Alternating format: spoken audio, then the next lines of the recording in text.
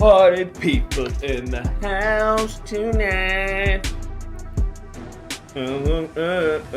Have a good time. We gonna make you lose your mind.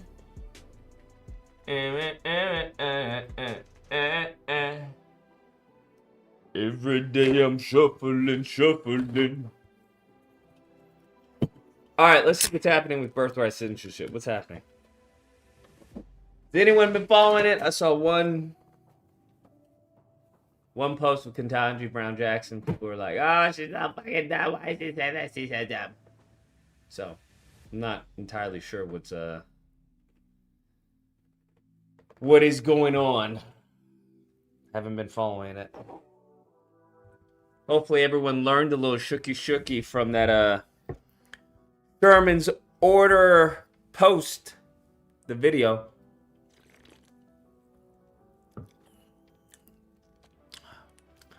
I know people are like, "Mah!" I just hopefully people understand that when it came to Sherman's order, that like, bruh, he wasn't trying to be, doing this out of sentiment for black people. These poor Negroes. He was like, "Yo, you got too many of y'all following me around. Get the fuck out of here. Give them some land, bruh. Give them some land. So they can leave me alone." Bruh, I need to talk about, Supergirl. I still haven't done a video on Spider-Man, and then that Invincible episode. Yeah, 3 videos coming out for the animation channel. Most def. Even though today is not Disagreement Day, I gotta find a new banner. I need a new banner, because Disagreement Day is tomorrow. So there we go. Well, I don't even know if we need that. But it's better than nothing. It's better than nothing, I'll tell you what. Gonna tell you what.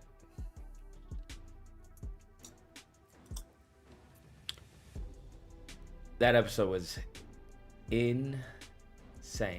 But I'm only one person. So I just need to wake up earlier. That's really much it. Because I'm also in the middle of building the animation course while also updating Black Vote Watch. People keep hitting me up about an app. Oh, you need to create it as an app. I hear you. I appreciate that. But it costs monies. Like, all of this costs monies, bro. I don't think people understand that. Maybe I do a GoFundMe and see how much I can raise. How about that? Or do I have to put out a fucking documentary? Do I have to say, I don't know, the real history,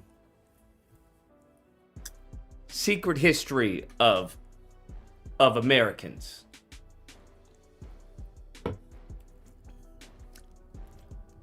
Version 1. For old time's sake, you brought that dog, man. Oh, that movie's gonna fail. It's gonna fail. I can't wait. She's so fucking ugly. And I mean that respectfully. Just is what it is. She's objectively unattractive. Okay? Hot diggity fucking dog. Goodness gracious. It's insane. They give Corn Sweat the goofiest fucking suit in the Superman universe. Then have him save a squirrel. Gunn just needs to be deported. If Birthright Citizenship means James Gunn gets deported, I'm for it.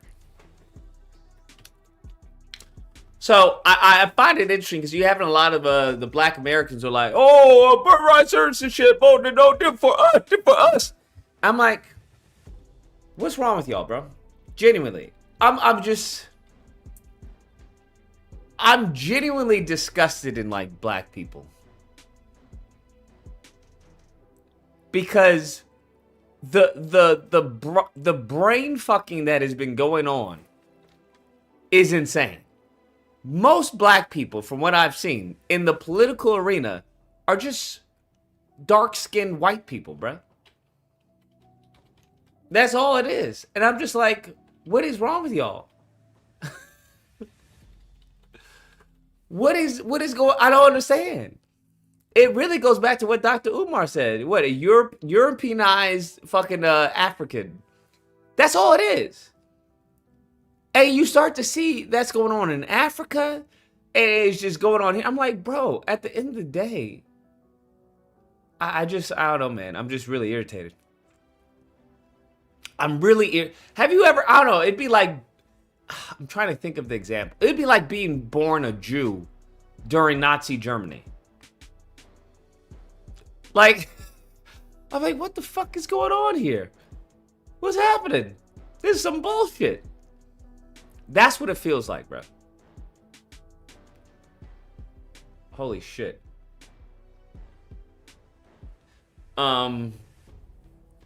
That's what it feels like, bro. It feels like that. What'd you think of Lobo in the trailer? I think he's cool. He's all right. But I mean, all right. Yeah, it's Supergirl. I don't think Lobo's gonna be that. Based off of the leaks. Like, I'm like.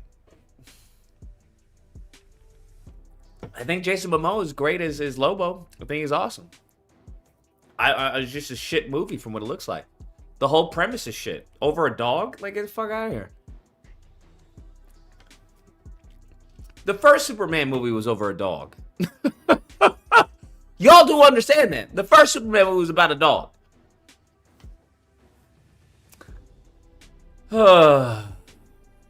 Anyways. What is your stance on birthright citizenship thing? I don't know, to be honest with you. I genuinely don't know.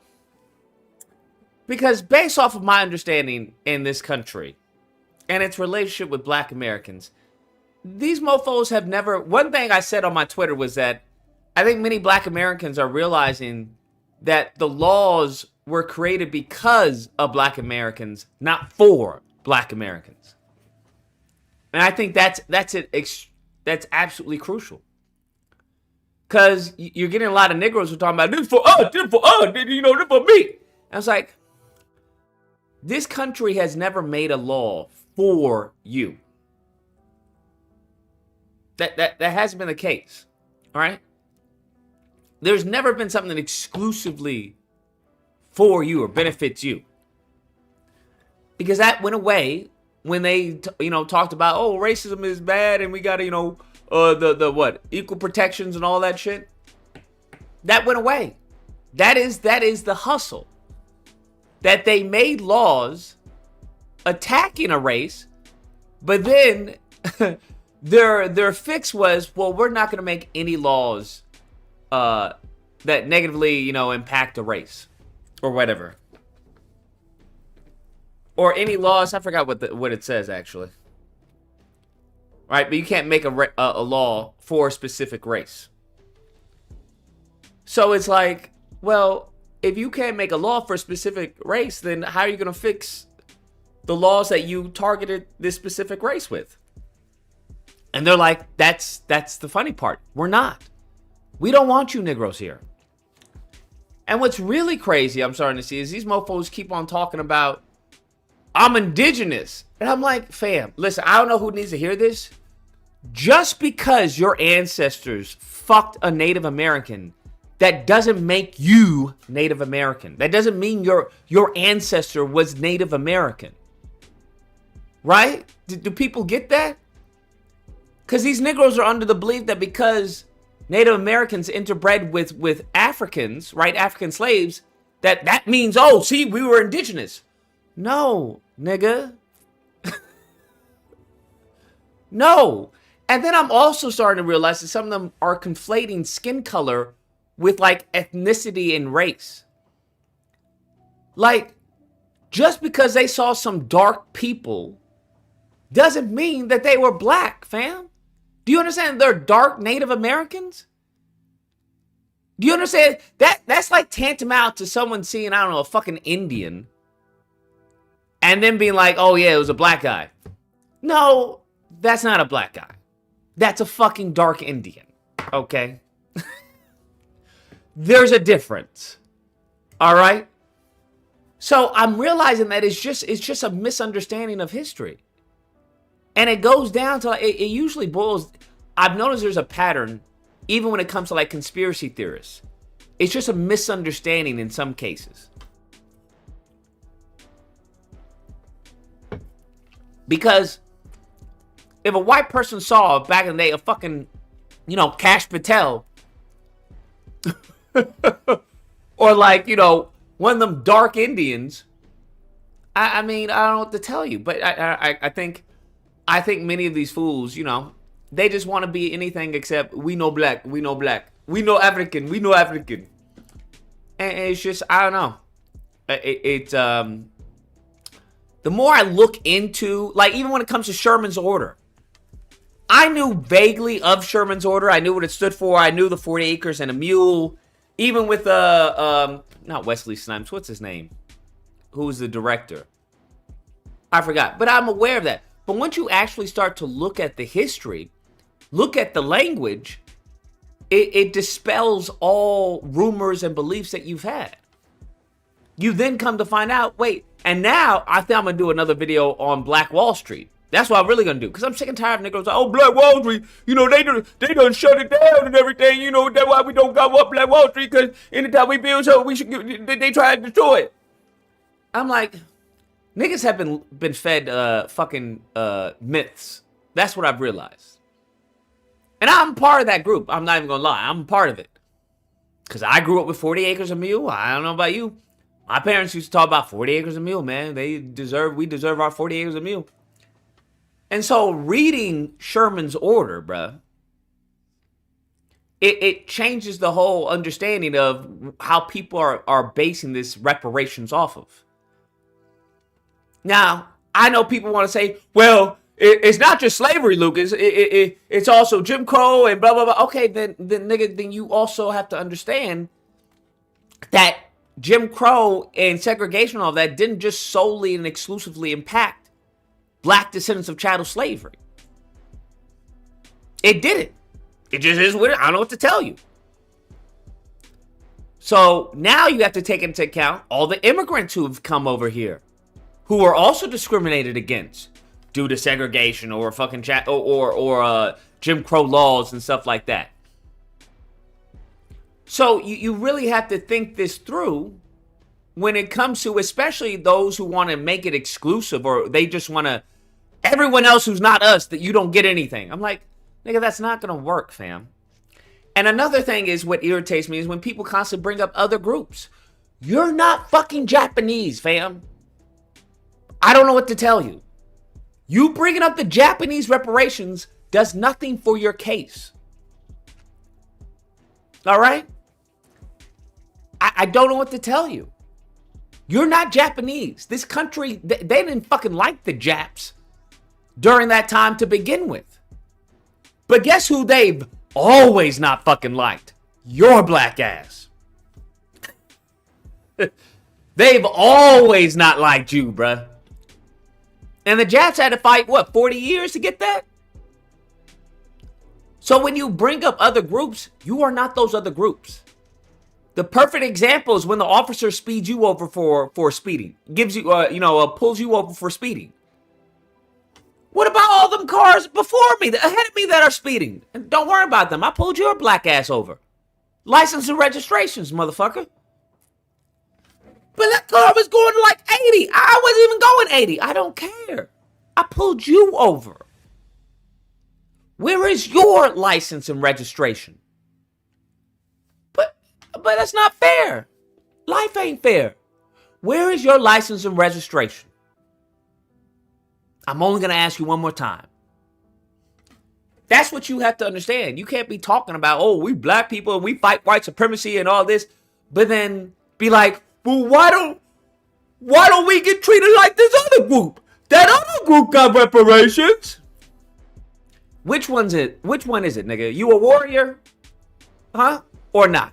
Which one is it? You want to be a warrior and fight against white supremacy, or do you want to simulate into white supremacy? Which one is it? You can't be both, fam. You can't be both. You can't be, oh, I love this country and I love the flag and, oh, I love it. My ancestors bled and I love it. But then also talk about, you know what? this country is white supremacy. You know, it's racist and they won't give us reparations. Like, which one is it, fam? Make it make fucking sense. Which one is it? These Negroes want to have their cake and eat it too. You can't do that, bro. You can't do that. These mofos acting like the blood in this land was justified. Nigga, your ancestors' blood in this land was not justified, stupid. The blood that was shed was for their freedom. Dumb fuck.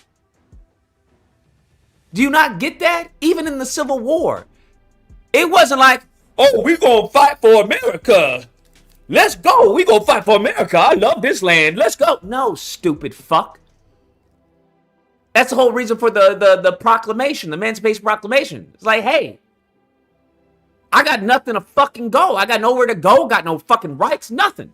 Might as well join up on the Union soldiers, right? And the Union soldiers weren't even fucking with you like that. This honestly, the reason why this goes back to birthright citizenship, because these motherfuckers want Trump to win. Nigga, you do not get it? They don't fuck with you like that. That's like an abusive partner getting upset at someone else talking mean to his girl. Nigga, you abuse your woman. Why are you upset at the McDonald's employee, giving her lip? Shit is crazy. Like, in what position are you in to be upset at anything?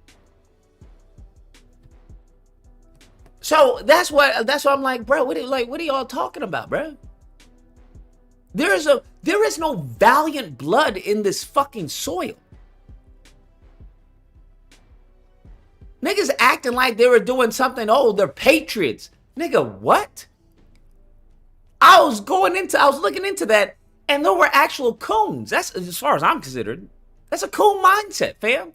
How the fuck you gonna talk about? Because I was looking into it. There were songs talking about, oh, my family's here and I died here. Because when they were talking about maybe we should send these niggas back, there was mofos who were like, I'm not going back. I don't know Africa. I only know America. Why are you gonna send me back? I'm like, this is the same premise of fucking DACA. Oh, this is the same premise of DACA. Listen, little fucking, Jose over here, he was brought as a child. He don't know any other land except America. Why are you going to send him back to fucking Mexico? Why are you going to send him back to Venezuela? This is the only land he knows. This motherfucker is 15 years old. He don't know anything except America and the American Constitution.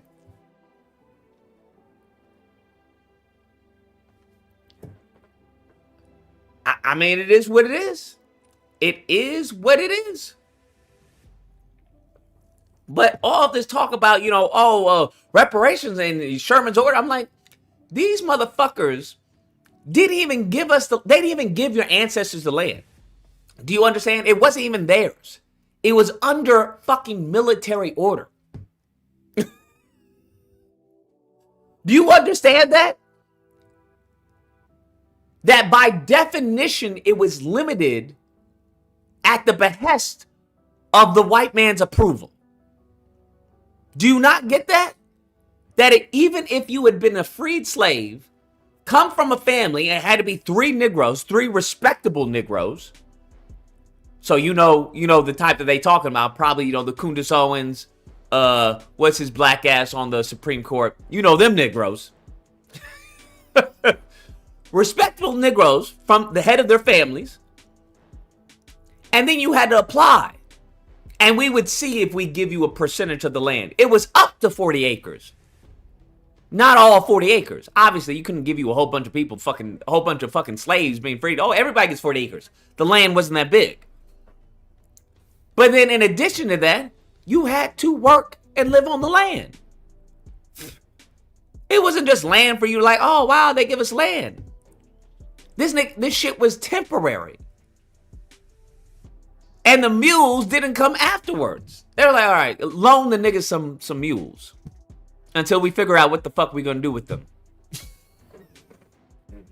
Like everything I know about, like, history is just a fucking lie, bro. It's just a fucking lie. That's what all your grandparents, your moms, your dads, your uncles, everything they know is just a fucking lie, bro. It's just a fucking lie. It's just a fucking lie. Like, the land wasn't ours. You didn't give us any fucking mule. This wasn't out of the kindness of their heart because they felt, oh, these niggas need something to, we've done the wrong. This is because fucking, Sherman got tired of them niggas following him around. Because you have to understand, once the war was done and the proclamation and all that, he was like, okay, well, we need a place for these niggas to go, bruh. Right? Have them go over here, bruh. All the fucking, the plantation, sharecroppers' lands and everything. Let's take some of that fucking land and have them just fucking use that there for right now. Till we figure out what the fuck's going on. These niggas don't like you. That's the message of the story, bro. That's the message of the story. And for all you women out there, you single parents, you would be fucked. Okay? So all the old black woman who's talking about, it's a matriarchy over here. Bitch, you not getting any property. That's correct. You not getting any land, bitch. Because there was no matriarchy back then. All right? I don't know what fucking world you believe. What planet you fucking come from. But this matriarchy shit, I don't know where the fuck that... When? Huh? Wait, in the 1800s? Bitch, what are you talking about? You talking fucking crazy. You talking fucking crazy. All right? The heads of the households were men. They said you need at least 3 respectable Negroes who are heads of the families. It was family oriented, not bad bitch with an MBA oriented. That's not what reparations, what we understand, the 40 acres a mule, that's not what it was for. Even when it came to military, it was for military and their families. That the families could stay there while they go off and do military shit. So it was never about each Negro getting a piece of property or getting land or getting a fucking mule. No, stupid. It was about families. Black fucking families. That's what it was about. That's what you have to understand. So I would honestly be against any type of reparations that goes to fucking niggas who ain't doing shit. Because in order for you to have your 40 acres of mule, you had to settle on the land. And if you read the order, they're like, hey, we'll protect you if you're trying to sell, your labor, or you trying to sell the fruits of your labor and everything. We got y'all. Some of you niggas ain't shit. Some of you niggas ain't even good moms. Some of you niggas ain't even good fucking fathers. You just ain't shit people. And I don't know why anyone would reward ain't shit people. Now, the niggas who got families and they holding it down, give them reparations, 100%. Give them reparations. I guaranteed if America said, hey, the reparations would go to black families, they'd have to show proof that there's a man and a woman in the household, okay, and they got kids, at least one child, and they've been that way for at least, I don't know, a year or some shit. I guarantee everybody would get on code. I guaranteed all these women were talking about, I just want to have a family. I don't even fuck with niggas like that. I guarantee they find a nigga and start a family real fucking fast. I guarantee all the disputes over was, when are you going to see your child? That shit would end like that. End like that. Well, baby, let's get a house, okay? Let's get an apartment so we can have the family under one roof. Nigga, where is this coming from? Well, I've just been thinking, we need to be a family, okay? We need to be a family unit. So if you want to do reparations for that, 100%. But anything that gives this shit to fucking irresponsible Negroes, no. Sorry. You niggas deserve shit. You niggas deserve fucking deletion, okay? In my opinion. In Lucas land, you deserve deletion. Delete. Boop. That's what you deserve. Not a fucking damn thing. All you women's having these fucking babies by ain't shit dudes, you deserve not a damn thing. You deserve a fate worse than death, to be honest with you. Now, all the niggas holding it down, they got families and everything. all right, and you in your child's life, kudos to you. Because what they want to do is, oh, yeah, you know, black men is most in the family and shit. Like, who gives a fuck, bro? Cool. That's great.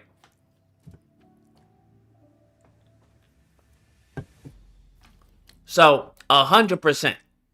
That's what I would do. So me personally, anything, I'd have to now look at HR 40. I'd have to look at all the reparations. Because all these Negroes talking about cash, cut the check. What the fuck are you talking about? A check was never promised to your black ass, you dumb fuck. Not one point in history of this country was a check promised to the descendants of slaves. Even the Freedmen's Bureau. There was no fucking check. They loaned you out the land with the ability to buy it if you'd like to purchase it.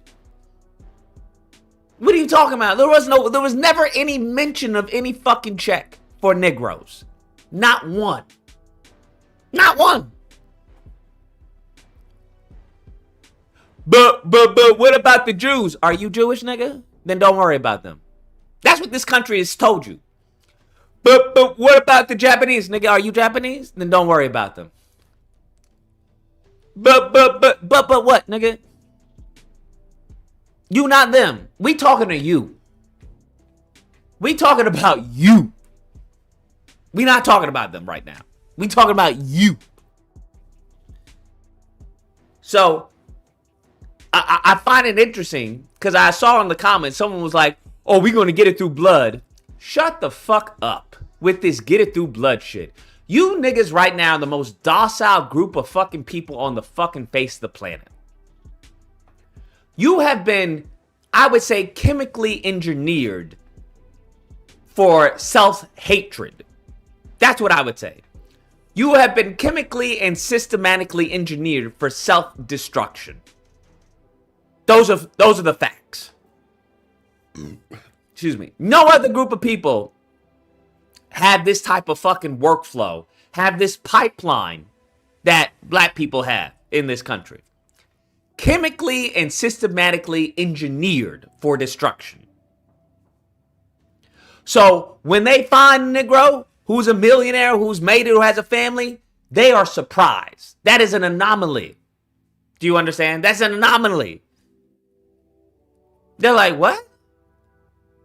You niggas are supposed to die. Why do you think they keep on using the anomalies as representation for the group? Well, if he can do it, because they know that's not how it fucking works.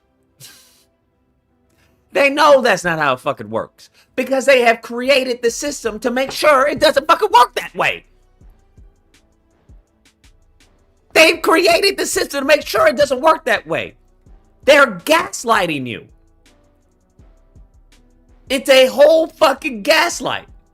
That's like them telling the fucking, the slave on the plantation, well, if Jerome can be free, then you can too. You just got to work hard, all right? Save up, the wages that if you get, or, the scraps. Maybe if you ask master, if you ask him nicely, maybe you could, do a bargain or something.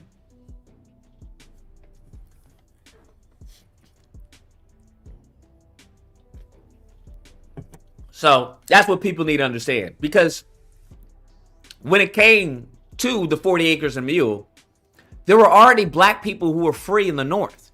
There were also black people who were free in the South. Do you understand that? In addition, there were people who were free, they were freed slaves in the North and in the South. They were freed people. So even though you may come from a lineage descended of slavery, that doesn't mean you were qualified for the 40 acres and a mule. Doesn't mean you were qualified for that, that compensation. That's the facts of the law that they created. Because it was only exclusively for those who had been recently freed.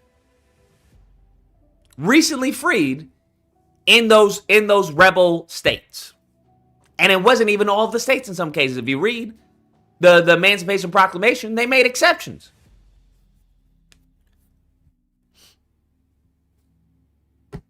At the end of the day.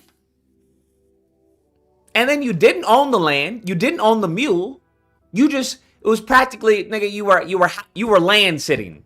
That's what you were doing. You were land sitting. Until he got an official order from the president. Until the president decided, Lincoln, what the fuck you want to do with these niggas? What do you want to do with them? That's what it was, basically. You were essentially house sitting. Under military order. We're the next 3 Negroes. Yeah, y'all can go there. What y'all planning to do? Well, we gonna work hard and we gonna build spoons and we gonna sell watermelon. Okay, all right. You can have that piece of property right there. Next. That's what it was.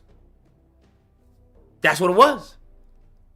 I don't know how my parents, grandparents somehow glamorized 40 acres and a mule. I don't know how the fuck that happened. I genuinely don't know. Because the whole 40 acres and a mule was bullshit to begin with. It was bullshit to begin with. All right? You gonna give me temporary stay? Crazy. Fucking crazy. Anyways.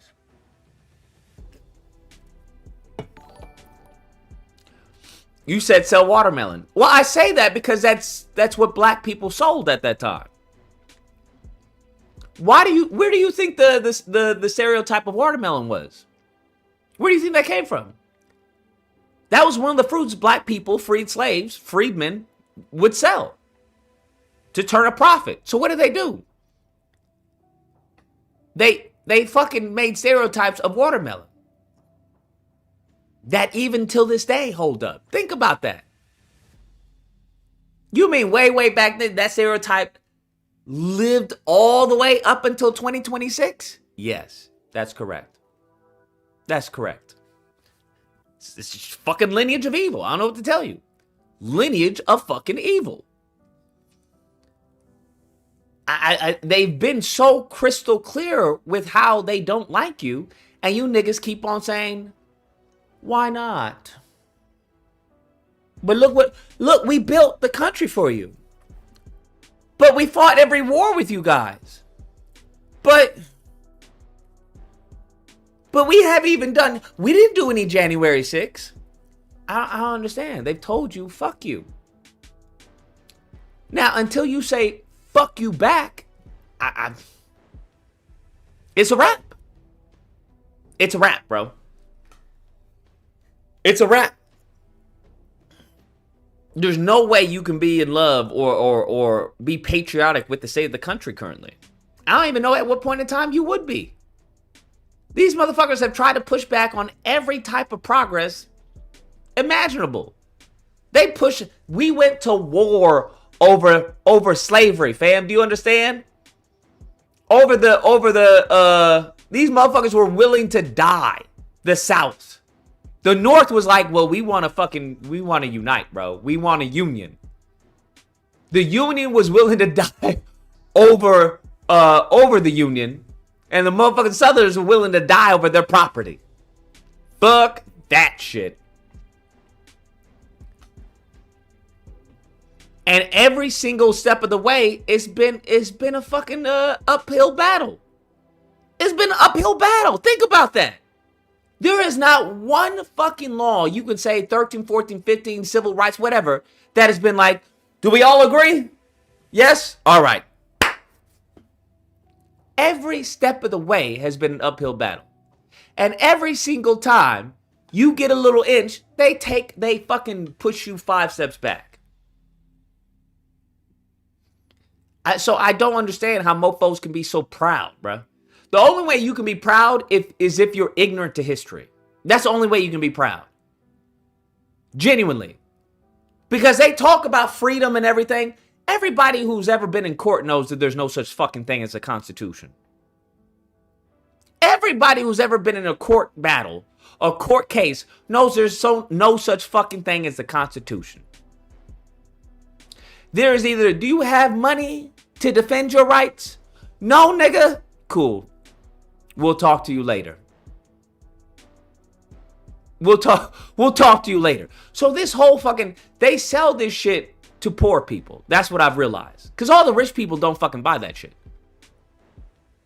All the rich people, they don't buy that shit. All the poor and middle class buy these fucking ideals. Oh, it's this, the strong, the brave, the bold, the proud. You know, we love it. We fucking freedom. That's what we love. And the First Amendment. And anyone who's actually had to fucking fight for their rights knows that, nigga, why am I fighting for this? Like, what, isn't this in the Constitution? But like, what am I doing here? And you find out how little that fucking Constitution saves your ass. How little, especially if you broke. Especially if you broke. So, I just don't think people understand. I don't think people understand. You know, you talking about yourself. What do you mean talking about myself? I'm talking about everybody, fam. What are you talking about? Everybody. Do you think poor white people? I don't know if you've ever been around poor white people, but they're very much, there have been books on this. They get fucked over as well. White people can't stand poor white people. What are you talking about? They can't stand trailer trash. What are you talking about? Middle class, upper middle class white people, elite white people despise fucking trailer trash. They hate them, bruh. Get a fucking job. Goodness gracious. I just find y'all need to travel the country and see what's going on. Being fed a fucking lie. Because all this country, honestly, how I'm starting to feel is just this country is just full of fucking lies, bro. Just full of fucking lies.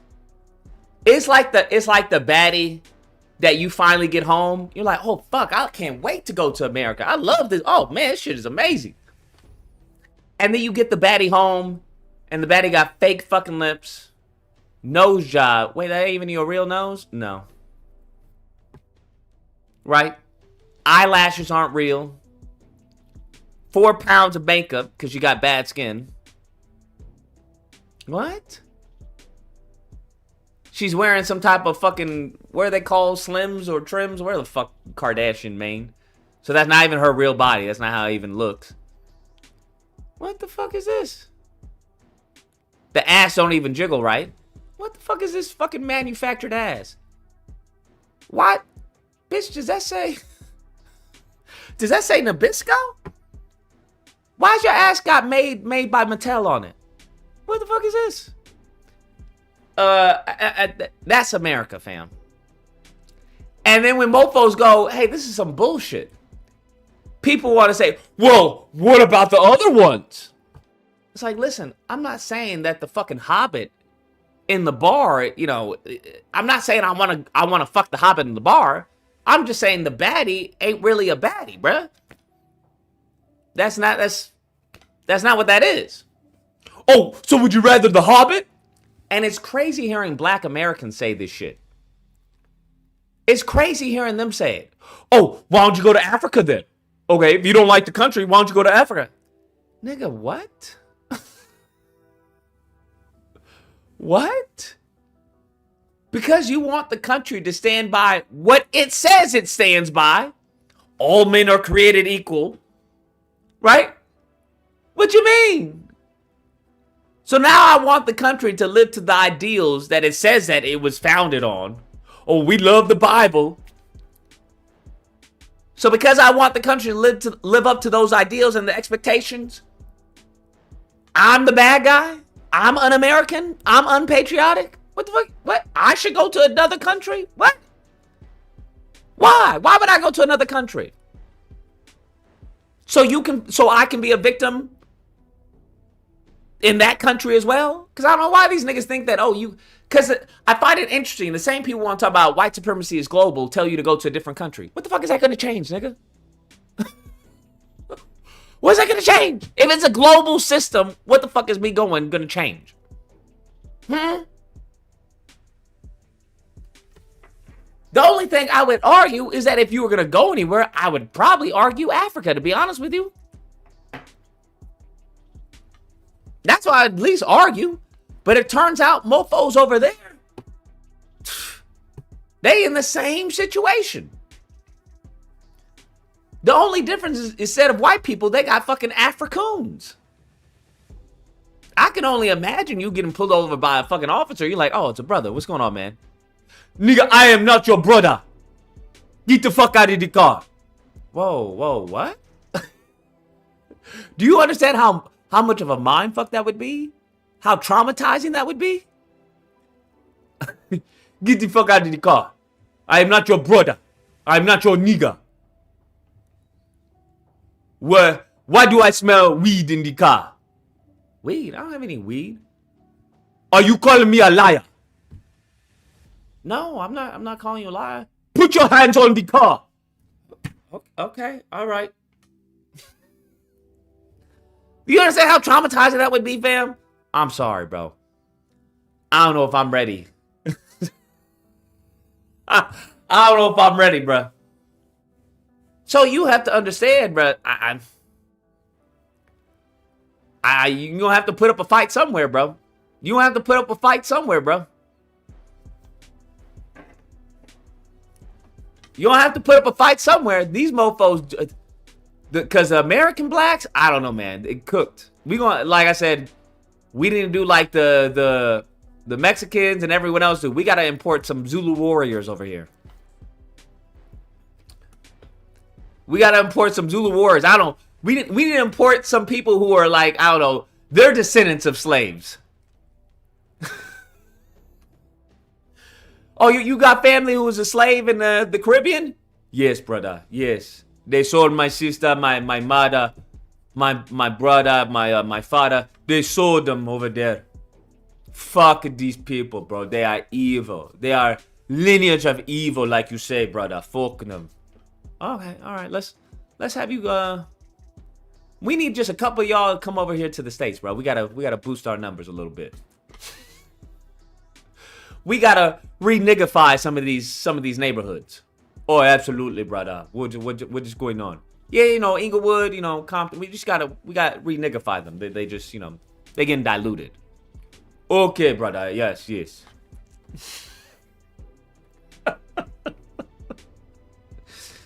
You see the Zulus biting Nigerians? I did not see the Zulus biting Nigerians. I know South Africa is wilding the fuck out right now. That's what I know. I know Nigerians are apparently going over to South Africa. They causing trouble. South Africans are like, control your people. These Nigerians come over here. They kill, they steal, they destroy. Get your people. Arrest them. Tell them that it's wrong. We are peaceful people here in South Africa. But these Nigerians, they come over here. Getting my fucking Indian accent mixed up with that. Right? That's what I've been seeing, bruh. It's been fucking wild. It's been fucking wild. I'm like, damn, if I was a white millionaire, nigga, do you understand how fast I would go over to Africa? Do you understand how fast I would go over to Africa and capitalize on their fucking chaos? Man, you have no idea. You have no fucking clue. If I was a white millionaire, I would be cleaning up in fucking Africa. I'm not gonna lie. Because that's the perfect time to clean up. These motherfuckers is arguing about illegals. I'm like, illegals? What? What the fuck are you talking about? They're legal Nigerians. They're legal. They come over here. No, we do not want them here on our land.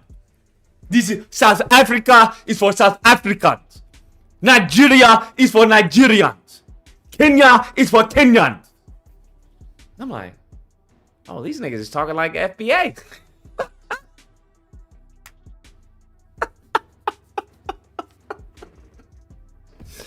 These niggas talking about like the white nationalists. You know how they say, Africa's for Africans, okay?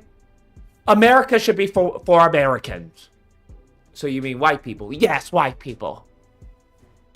We're the only people who can't have our own land. Only people. Fucking wild, bro. I was like, oh shit. What the fuck is going on with the Nigerians? They getting a bad rap. I was like, yo, there is crazy shit going on, bro. Because Oxy sent me this video. I was like, let me see what the fuck's happening. That brings us to 10 minutes after. Bruh. Putting our children into prostitution. Putting our children into prostitution. That is not what South Africa is for. We do not do that. And what fucks me up is, who the fuck is this motherfucker? What is So when we think about white supremacy, right? Like, what the fuck? Do you understand? I'm sorry. I couldn't be a president of South Africa or any of these African countries, bro. Because there is no fucking way. The laws they have now, my laws would be a little bit different, bro. Because this dude's in the back, like a background singer. He going, I'm like, is this thing even fucking South African? Drug trafficking, it's all over. It's because of Nigerians. That is Drug trafficking is all over us because of Nigerians. They come in here, they turn our women into prostitutes. These Nigerians, they are not our brothers. I'm like, what the fuck? This is the only thing that they trade in our country. This is the only thing they trade in our country, fucking drugs. You go in town, you go all over. You see them in the street, pretending as if they're selling this fake gold. Underneath it, there's drugs. Underneath it is drugs. Selling this fake gold. I'm like, oh wow, this is wild. We go in our township, they're associated, integrated with our South Africans to push their syndicate of drugs. Syndicate of drugs. We need to come together if you people are meant to be here in our country to see this country peacefully. We need to come together. If you want that, I was like, damn, this is wild. You make sure all those illegal foreign nationals who claim to be legal in our country, with the status that it needs to be audited, you need to get involved because it's your duty to ensure that all Nigerians that are coming here, they're with a visa on a purpose. Whether they're here for the visit or for trade, then after a period of certain time, they must leave. Yeah. But you know, then after a period, they must leave. But they don't do that. I was like, oh shit, okay. As diplomat, what is your duty to be in South Africa? Maybe that you guys need to give us a response. You must tell us what is your duty to be in South Africa. What is your duty to be in South Africa? Go talk to your people. Go talk to your people because when we talk to them, it won't be good. I don't remember that part. Because when we talk to them, it won't be good. Damn. That's crazy, man. That's crazy. How is this any different from what's going on in the US, fam? How is this happening? Like in Africa? How is this happening? Like, I don't know, man. I got some theories. I got some ideas, bruh. Basically, in South Africa, a few bad eggs from Nigeria have given the nation a bad name, selling drugs and scams. Since then, they've been killing Nigerians. Excuse me. Damn. Goodness gracious. I mean, it's the same thing here. It's wild, bruh. Because we are angry as South Africans, especially those Nigerians. Yeah. Those Nigerians are the highest drug traffickers in this country, even human trafficking. They take our children, kids from school to be prostitute in town. Nigerians take kids from school to be prostituted in town? Nah, they need to be yeeted, bruh. Over South Africa. They everywhere. They hijack buildings. They do a lot of Honduras crime that we're not used to in South Africa. We are not used to. Damn. He said we're not used to this fucking degenerate criminality, bruh. This villainous behavior. We're not accustomed to it. Get these fucking Nigerians out of our fucking country. Okay?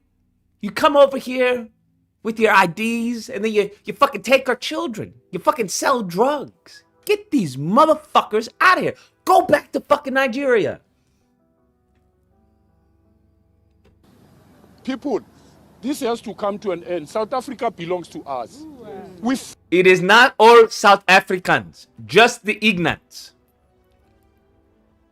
Isn't this crazy? Now I'm in your business. How do y'all like that? I'm just teasing. I'm teasing. Now I'm in the Africans business, bruh. I'm in y'all business now. Oh, y'all some ignorance over there, huh? Y'all just fucking Nigerians just doing drugs? We don't want Nigerians over here either. Apparently those are the bad apples. Apparently all the tethers in the US are Nigerians. How about that? These fucking tethers, they are from Nigeria. We do not want them in our country. Okay? They come over here. They tether Bible. They are not really African Americans.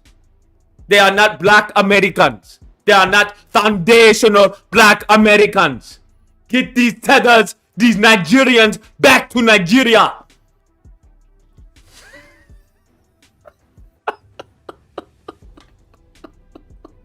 Fought for this country. Some of us, we're still walking with the bullets of the past during the apartheid era. Fought for the country. Damn, that definitely sounds like that. Isn't it? I find it just hilarious, bro. It's similar rhetoric. My ancestors bled for this country. All these tethers coming over here. Coming over here. During apartheid, we have fought for this country. These Nigerians we are not the same. We are not brothers. They come over here, they steal, they kill. We're still having pains. We haven't achieved or we haven't enjoyed our freedom. The time where we're supposed to enjoy our freedom, there people come and infested themselves inside our freedom. Infested themselves inside our freedom. Damn! Infested, like an infestation, bro. That's crazy. Bring our country into disarray. Bring our country into disarray. Difference is FBA just talk, but South Africans do violence. I mean, he just said, listen, you either talk to them or, because when we do, it's not going to be good. Our health system is haphazard. Our security cluster is at risk. Wait, what? Our health system is haphazard. Our health system is what? Opposite or something? Our security cluster is at risk. Our educational system is at risk. Our educational system is at risk. Our healthcare is at risk. Everything is at risk. It's because of your people's behavior. Because of your people's behavior. The Nigerians' behavior is got to stop. Must stop here in South Africa. Fucking Nigerians, bro. What's wrong with y'all, man? What's going on with Nigerians, bro? Fuck is wrong with y'all? Y'all the bad Africans, bro. We got black Americans, we got Caribbean Americans, or Caribbeans, Afro, Latino, all the... I've never heard one good thing about Nigerian. I'm teasing. Yet you are there as diplomat, you are not doing anything. You are not assisting us. Not assisting us. You're not doing anything as diplomats. You're not assisting us. Damn. This is so interesting. Bro, it seems that the ignorant race is a problem all over the world, apparently. The ignorance is a problem all over the world, apparently. They got ignorant Nigerians. Oof. Other Africans are on the list too. We just have the largest population. Sounds like what the white man would say. Interesting. Other people fuck their pets too. We just have the largest population, all right? That's why you see a lot of the reports, okay? Other people fuck their sisters too. There's a lot of inbreed going on in the black community. We're just a larger population. That's why you see more of ours, you know, on the news and stuff. Or maybe you are in cahoots, you are friends with those who are coming here to destroy our country. Damn. You are in cahoots. You are friends with those of them who are trying to come over here and destroy our country. They going conspiratorial with it now. Damn. Then do something. Do something. We're sick and tired as South African. We cannot fold our arms. Because there's people died here. There was bloodshed in this country. Bloodshed in this country. For us to be where we are today. Very interesting. Very interesting. The similarities are uncanny. I don't care what you say. The similarities are uncanny. People get banned. I'm going to remind you. Get banned. Some were died. You know, so badly. We lost our brothers and sisters and friends and kids. People were arrested to ensure that South Africa become a democratic state. But today, that democracy is enjoyed by your people coming to do wrong things in our country. They're enjoying our freedom. Is that not? Is that so crazy? That's. I mean, it's basically what you know. The ADOS FBA say. These motherfuckers come over here. The reason why you come over here is because of our ancestors. We got blood here, so you can come over here. Interesting. This is so. I mean, it's just fascinating. Let them go back and do wrong things in their own country. Go back and do wrong things in your own country. Go back and sell drugs in your own country. Do not do that here in South Africa. No. They're scared of their laws. They're scared of their laws. Oh, yeah? It's like the drug and all that, or the laws in Nigeria, they don't fuck around? Well, why doesn't fucking South Africa have laws like that? They're taking our laws very easy. They're scared of our laws, of their laws. They know very well if they do all this shit in their countries, they will go to jail immediately. And you know how they behave in their country. They cannot do that. They're taking easy in our country because our country's lawlessness. Why is the country lawlessness? I don't understand. Why y'all got easy laws in South Africa? I don't get it. They acting a fool out there in South Africa because they know they'd be killed or jailed in Nigeria. They not, I don't know, make stricter laws. We are standing up as nation of this country. We will defend our country. Defend our as country. much as we adhere to the laws of the country, and we respect the laws of our country, even our law enforcement. Even our law we cannot enforcement. tolerate that. Enough is enough. Tolerate that. South Africa belongs to South Africans. Nigeria for Nigerians.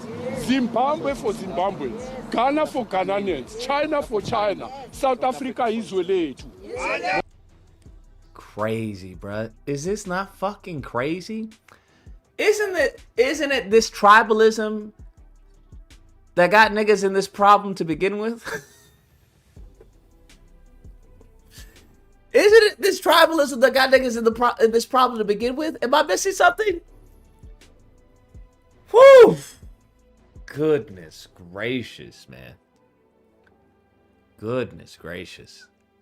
This is wild. This is wild. Africa has 3,000 tribes, 52 countries. Damn. This is, I don't know, it's just interesting. It's just interesting. Amanda, leaders. Amanda. I'll bring in the last speaker from the Residents Association, Mr. Bongani. Bonkosi, sorry. My apologies. Good day. My name is Bonginkosi, as it has been said. I am from the Residents Association in Midrand. That is probably the flattest fucking face I've ever seen. He looks like he was born face down. Like his face developed around the floor. I came here to support this picket organized by the Progressive Forces. I am a concerned citizen. I'm concerned that They never talk about the Europeans all up in there. Makes me sick. Nash, What do you mean? What Europeans? You mean the good man right there? The good white man right here? You can't tell me that Europeans are causing more damage to fucking South Africa than the Nigerians. Come on now. Let's be honest here. You can't tell me that the Europeans are causing more damage to South Africa than the Nigerians. The Nigerians are going over there selling fake gold with drugs in it. They're trafficking children for prostitution. Like, come on now. Don't blame the Europeans for the Nigerians' fucking degeneracy. Come on now. Come on now. The place where I come from, there is so much lawlessness. Our CBD has been taken over by the drug syndicates, masquerading. They got drug syndicates like that, bro? Why can't the South African people just, kill the drug lords or whatever? Why can't they do that? I don't understand.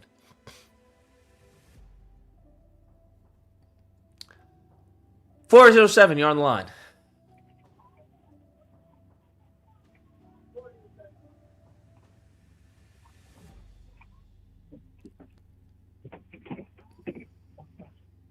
Hello? Hello? Hello? Yeah, you're not Nigerian, are you? Oh, how the fuck you gonna call in and say hello? Listen, if you're Nigerian, please don't call in. I don't really want to associate with criminals and drug traffickers. Sorry. Nothing against you guys. It's just, you guys are, wilding out in fucking South Africa. Just,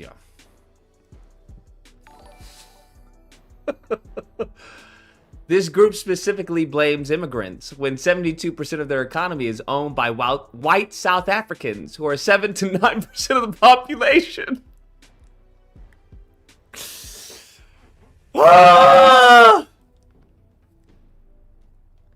Okay, what you have to understand is the good white Afrikaners, they make jobs for the South Africans.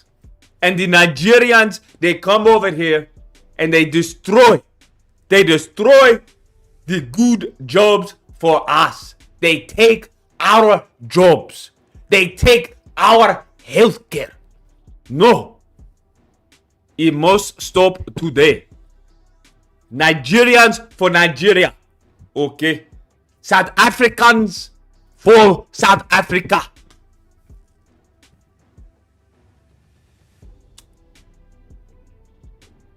As hair salons, masquerading as tables, selling snacks in the streets. Everywhere you turn, there's a table. Selling snacks in the streets. These fucking lawless, godless people. Look at this man right here. That is a good white man.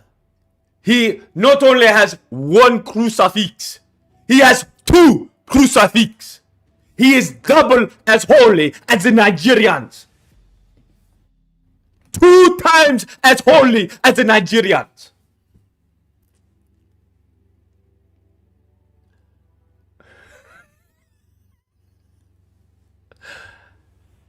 Uh, 079, you're on the line. Hello? Hello? Hello? Hello? Can you all not fucking hear me? Am I missing something? Hello? Hello? Hello? Hello? Am I tripping? Hello? Hold on. Hello? The fuck? Can you hear Hello? me? Hello? Hello? Hello? The fuck? Hello? Hello? Yes. Can you hear me? Am I going crazy? I'm not going crazy, am I? Hello? Hello? Can y'all not hear me? Hey, can you hear me? Yeah, I hear you. Okay, bet. All right. Must be the fucking Nigerian, phones. Go on.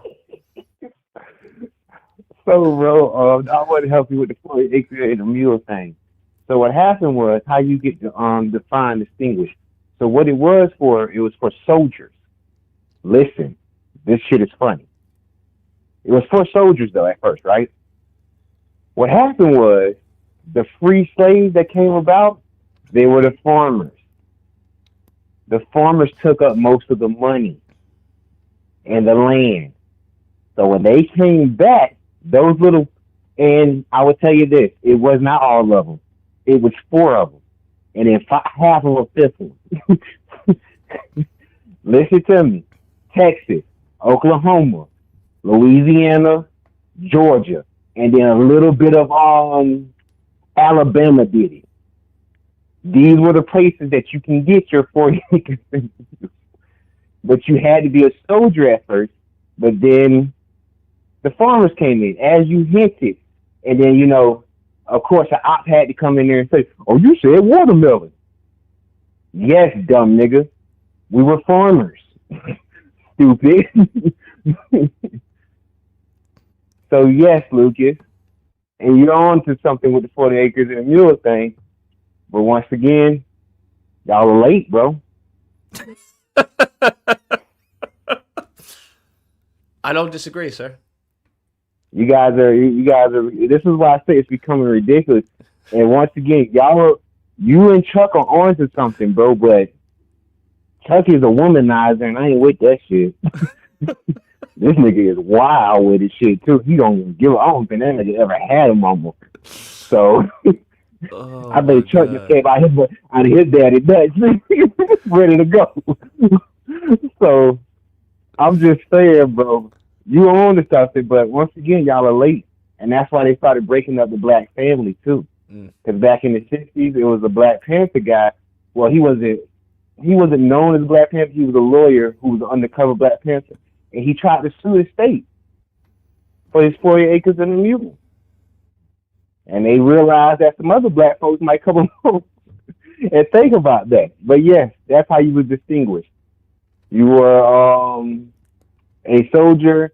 And then, like I say, the farmers came in, and then they had to give the farmers land. They had to give them farmers, housing too. So by the time they came back, those were the people who didn't get the 40 acres and the mule that they were promised. It was not for everybody. I hear you loud and clear. That became for everybody during the 60s, like I just said, because the one dude who tried to sue, and of course, once the cat's out the bag, everybody wants to come in that motherfucker. So it is what it is. But that's what it was for. It was for soldiers. And then, the farmers got their hands on that bitch. Well, I appreciate the call, man. Appreciate the call, good sir. But I don't disagree that we are late, bro. I'm not gonna lie. I mean, it's not funny, but it's a little funny. Yeah, we are late, bro. We are hella late. Excuse me. 309. You're not Nigerian, are you? No. Okay, close one. So Lucas, I am kind of like confused. Why don't Caucasian people understand that they were basically the first immigrants? And it's crazy how the hypocrisy and everything that they come over here as immigrants, kill majority of the natives of this land just by their presence alone, and then after that physically kill them and make it a holiday. And then they also ignore all of because they like to bring up the Constitution and all of these things, but then they ignore all the different acts that they benefited from, like the Homestead Act, the Indian Removal Act, like you were mentioning, the removal of the 40 acres and a mule, all the Jim Crow laws, the Federal Housing Administration, the GI Bill, all of these things that they speak about, it just doesn't make sense that they. And I mean, I don't know, like the next time they try to argue per capita, it's like Dude, you killed most of us. You killed most of us. But got the audacity to talk about per capita. It's a rant, but honestly, man, I just don't. Some of the most common sense things that they just try to avoid speaking about, it just annoys me so much, man. I don't know if you actually agree with that or not, but it's just something I wanted to actually throw out there. No, I don't disagree. I hear you. It is irritating, but I mean, they control the airwaves. It is what it is. Yes, it's frustrating, and I know this. It's like I was thinking, like, if it gets to a point, because I don't hate white people, I hate racist people, but it's just if it gets to a point where like white people actually do become extinct. We kind of, or not even extinct, but just not as many as they are now. We have to really make sure that they don't get the power back, man. That's all I'm saying, man. Like, we have to make sure this doesn't ever happen again, like ever. Gotcha. But, all right. I mean, that's all I gotta say, man. Appreciate the call. Interesting. Very interesting. So, you believe in all black? If America was all led by black people, you think? I don't know. I don't know. Just thinking, or maybe let's say if it's all Indian and Latinos. I don't know, man. I don't know. Because I don't know how you can say that, but then also have not all skin folk are kinfolk.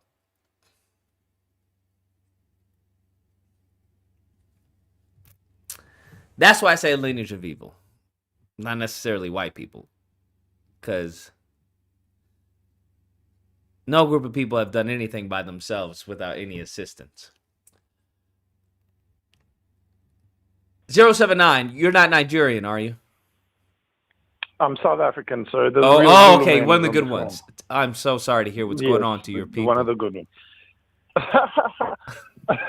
No, I thought I'd call in to straighten up some things because some of you people in the chat are fucking ignorant, especially you, Nash. Especially you, fucking Nash. Because here's the thing about you, Nash. You, Nash, you yourself have said you grew up in a white area with white people around you. And you are a Zimbabwean in lineage, and now you're going to talk as if South Africans are just violent motherfuckers who are xenophobic. Nash, I'm very disappointed in you. You should know better. Because here's the thing. Let me straighten up some shit, right? So, to be fair, xenophobia is an issue. And it's an issue everywhere in Africa. Go anywhere in Africa, as a foreigner, you're going to be looked at funny. Because you're a fucking foreigner. This is just how it is in human nature. So you people don't fucking understand. It seems like you've lost your ability to use your common sense thinking as in, yeah, you're going to be looked sus. I've always stated this as in, one, South Africa has a lot of, let's say, multilateral things happening that are converging. And to be fair to foreigners, a lot of it is blamed on foreigners, not correctly. So the drug problem, they are blaming the foreigners because, unfortunately, our biggest drug kingpins, our biggest criminals are foreigners. They've been coming out. As they've been shown, they've been arrested. They are foreigners. We have 300 million rand, which is equivalent to about, let's say, $30 million. $30 million to $50 million worth of drugs being busted in the airports, right? People being found in trap houses, as you guys call them, trap houses. Goodness. And they've been run by foreigners. Why though? Whether you like it or not. No, so this is the other part that I'm coming to is in. Are they just born now, that way? Unfortunately, no. So unfortunately, the problem with South Africans is that we are ignorant ourselves. We have our ignorance, as you can see. Instead of looking at the white man for the origin of all these problems and blaming him and her, and basically Whoa, holding them accountable. easy here. How did the white man cause the Nigerian to do crime and the Nigerian to do drugs? So it's very easy, right? So when our borders now, unlike you guys, unlike let's say FBA people, where I see some stupid idiots here will be talking saying, well, FBAs don't cause violence. It's only a matter of time, you dumb fuck. If you knew anything about South Africa, in order for it to come to this, it's been decades in the making, like decades. So the problem is that the white businesses, white Europeans, own the economy of Africa, or South Africa in this case. So majority of businesses is owned by whites. Majority of the economy is owned by whites. In fact, I think about 90% of the economy is owned by white people.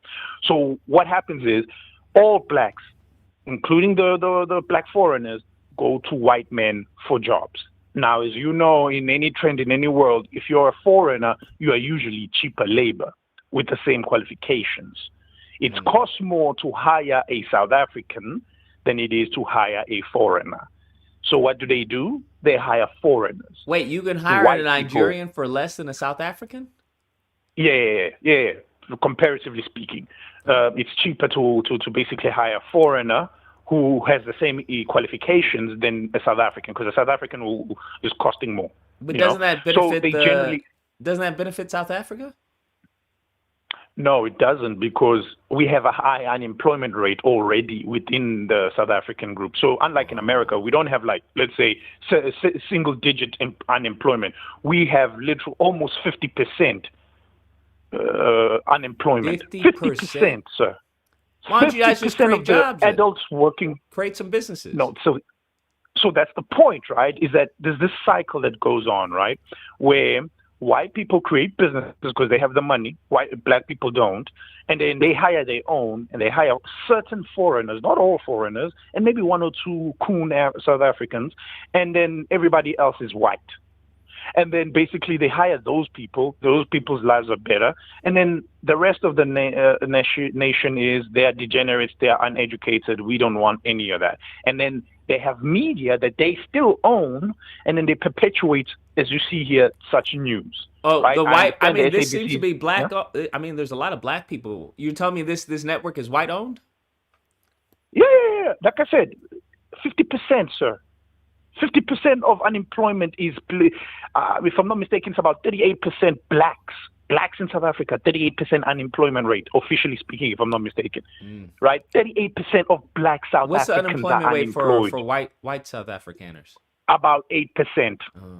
8%, thereabout. So it gives you a nice differentiation as to really who's suffering and who's not, right? So unfortunately, you're telling me that the white I South Afrikaners, wouldn't they just be better qualified for the job, it sounds like? Most of them are not even qualified for the job. That's why I said they hire their own. Most of them are not even qualified. You're telling me, hold on, you're telling me that the businesses hire unqualified white South Afrikaners simply because they're white? Yeah. But they'll never tell you that, though, Lucas. They'll never say that to you. They'll never tell you that, obviously, because that's part of discrimination and it's part of our law. So they'll never say that. They'll just say, you don't speak Afrikaans, Lucas. It's one of our requirements. So we need somebody who speaks Afrikaans. You know. So unfortunately, isn't Afrikaans specifically like for white Afrikaners? Yes. It's one of the requirements. So as part of the job description is that we want a person who speaks Afrikaans. That's the way to filter it out, because they know a lot of black people have rejected learning this colonizer language, right? So they know that it's that silent whisper kind of thing where they know if we put the word Afrikaans, everybody knows we mean white, but officially we just need a person who speaks that language. Even if black people know how to speak that language and apply, they still don't get it. That's just how it is. So just to Can't highlight, you sue them or something?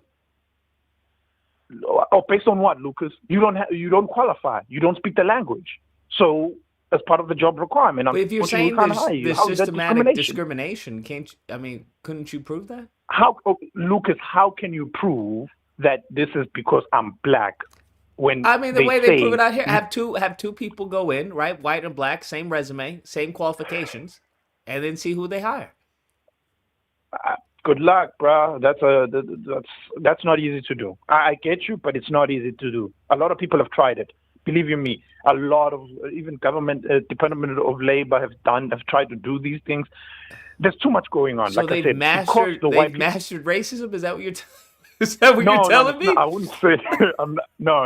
Hear me out, Lucas. Wait. So what I'm trying to get at is the problem here is because they have the money. This is what. Just let me say this. Don't ask me questions yet. Let me tell you this. Let me just paint the full picture. Well, try and paint the full picture so you can get it. White people own the economy.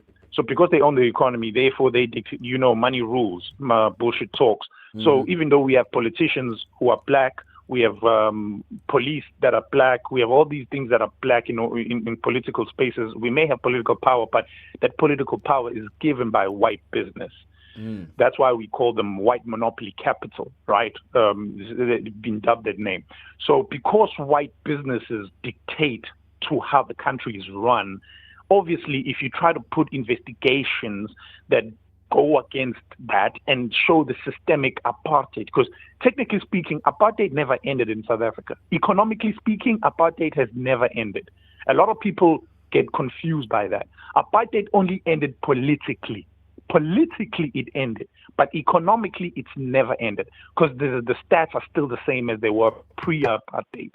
I would argue even worse now, because now they feel more emboldened because they're saying we are not racist, you see, we're not discriminating, but through these means of company policies, through the means of money, people move in particular ways. It's all these silent rules that are not said, Lucas, where you have a great business idea, Lucas. You have a great business idea. Mm-hmm. You go to these white banks or to this government agency, but then you find out you're not going to get that funding, even though your idea is needed. I even told you on Discord, right now, South Africa has a high unemployment rate for doctors.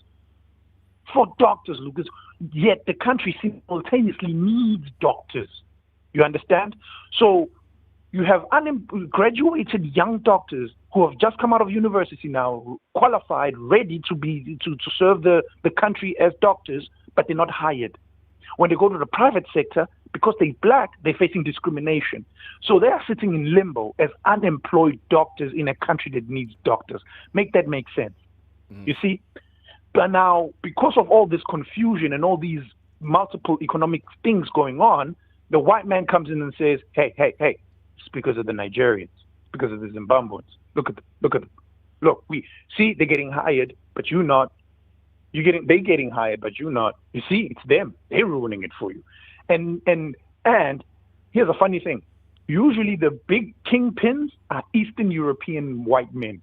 They come into the country via the white South Africans, set up a proxy black leader who's generally a foreigner, and they say he's the kingpin, whilst the white European, Eastern European, goes back to Eastern Europe when his drug bust is done. That's another thing that they don't want to show you. They don't want to highlight. So because of all this misinformation and all these things, you have guys like you putting on the screen there who, on the ground, to them, they're just seeing black foreigners destroying their neighborhoods, black foreigners buying up their property, introducing drugs, right? And because of that visual, people get upset. And if you have a neighborhood full of unemployed people and they're not getting jobs and they broke and they're trying to find a place people to blame, who are you going to blame? You're going to blame foreigners, unfortunately. And it's wrong for South Africans to do that. Please listen to me, people. It's wrong. I'm not condoning this at all. I'm condemning it. The xenophobia that South Africans do have in this regard is misplaced. Should be going to the white foreigners. But because wait, are you saying? I don't understand. So you're saying, let's say if the white business owners, if they, are you telling me there's enough jobs to go around? Is that essentially what you're saying? Yes and no. So at this point, I would argue maybe there is not that there is enough jobs. There is capacity to create enough jobs. The problem is they don't fund the necessary places. Like I mentioned, we need doctors, right? In South Africa, we need doctors, we need nurses. However, funny enough, we have thousands of doctors and nurses that are unemployed. We have hospitals that are short staffed. We have clinics that have no doctors and zero nurses that are short staffed, but they're not hired. So that means somewhere down this chain, somebody's blocking progress. You get me? So whatever the reason is, they are not creating the capacity for employment. For the past 20 years, we were crying about electricity shortage in South Africa. I knew, and my father even brought this up to me when he told me this when he was alive. He said there was no electricity shortage. This is a manufactured shortage because they need to basically steal money from the government coffers. They deliberately were not creating power plants, Lucas. Deliberately sabotaging our own power plants just to get more money, and more then money cry, from what? "Oh, we don't have enough." From the government and private sector. So, it's a big scheme. It's a big scheme of how they basically steal money here. So, for example, you need to create a power plant, Lucas. So we need electricity. So the government approves plans to create a power plant. Now there's an argument: what kind of power plant? A nuclear power plant, coal power plant, or whatever. And because of how much money is involved, guess what? White foreign companies get involved. You have the French, you have the Russians, and I think British were involved. No. I forgot which other companies. But basically European companies vying for that because, hey, we have the expertise. You Africans don't. And then they give the government to, let's say, the contract to a Russian company, right? And then the white South Africans will be upset because you didn't give it to the French one. So we're now going to use our media power to show how corrupt this deal was. And because of how we're showing how corrupt it is, it derails the whole power plant creating process because they're not getting their cut. So now there's no power plants. We still have no electricity because now people are too busy stealing money. And people are fighting for the big for the big paycheck. Why wouldn't the government? Same thing with the health sector. Does the government do audits on these companies? They do, but here's the thing: those audits, they never come up publicly, or they are sealed. They hide their crime, Lucas. They hide it. They hide it because if the truth was known, oh fuck, people would really be upset. But unfortunately, South Africans. How do they hide their crimes from the government? I don't understand.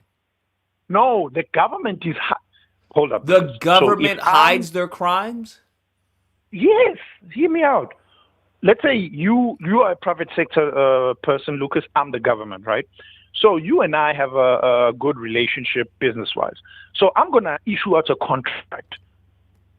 Technically speaking, everybody must bid. The best bid, the lowest bid, fair use and all that shit will get the winner. But I already know you're going to get the contract, Lucas. I don't care who comes in. Even they can be the cheapest. I don't give a shit. I'm giving you the money because you, Lucas, will give me, you skim off the top and give it to me. Mm-hmm. So when somebody complains and say, why is Oxy giving Lucas the contract? It seems like Lucas's contract is not right. It's very expensive, blah, blah, blah. Then we'll say, okay, to appear transparent, I'll be like, okay, I'll create an inquiry. Let's investigate this corruption. And then all this circus occurs, but when it's time to prosecute and to do all the right things, then I'll be like, yeah, this inquiry seems, it looks dodgy. It looks like there's agents who came in and disrupted everything. We need to do this all over again. I don't know, guys. We need to redo this.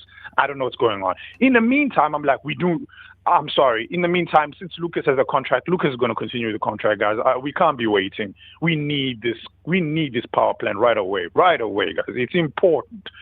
And that's basically how it goes. Right now, we have a commission of inquiry regarding our policing and how our police ministers are corrupt as fuck. But people are forgetting that these police, all of them, were taught by apartheid whites. And they all basically are vying for political power. And they all want money.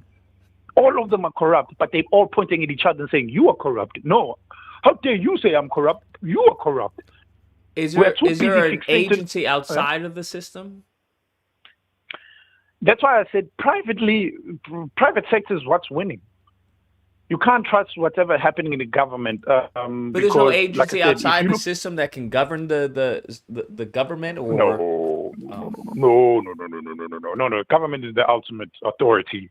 That's why I'm saying the best thing you can do is just go to the government, get your license normally without corruption, because when push comes to shove, they're gonna scrutinize. Because here's the funny thing: our police are incompetent until somebody wants to get rid of you. Our police is amongst one of the best in the world, by the way. Contrary to a popular belief, our police are really amongst one of the best in the world. Because when they want to investigate you, Lucas, they will fucking find everything and anything.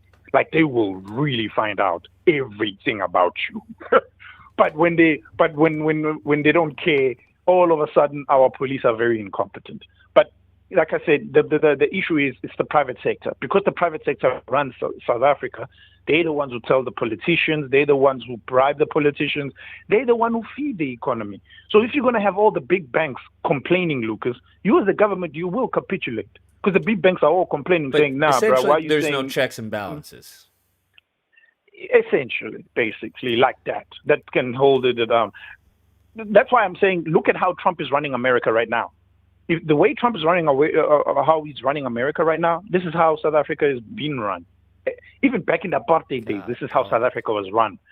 You see how Trump is running the America and making money out of it? This is how white South Africa became rich. White South Africa, the model that Trump is running right now in America, this is how white South Africans became rich. Because all they did was fuck the opposition. I'm feeding my people and people who are leaning towards me. Obviously, those are white people. So that's why whenever you see destruction in South Africa and you have blacks complaining about foreigners, you don't forget that white man in the background there, because he's dodgy. He's definitely a dodgy dude. He looks fucking dodgy. But anyway, but what I'm going to say is generally white people are the ones who go, oh my gosh, look at the blacks. Because they have created their own little sanctuaries. They have gated communities that have private security that doesn't even answer to the police. Because they have already said, fuck y'all, we're creating our own little things within Africa, and we're going to insulate ourselves from your problems. Now, like, rightfully so, Nash is pointing out, instead of blaming the white Europeans, black South Africans are looking at fellow blacks and blaming them, which is incorrect. I understand in certain pockets and anecdotally, yes, you do get Nigerians that are problematic. You do get Zimbabweans that are big hijackers. Yes, you do get Ethiopians who are coming in and calling us all sorts of names and saying they are better than us. I get that, but that pales in comparison to what the European is doing in the country. Like I've always stated to people, they currently want to annex Cape Town or the whole Western Cape. They want to secede and become their own country.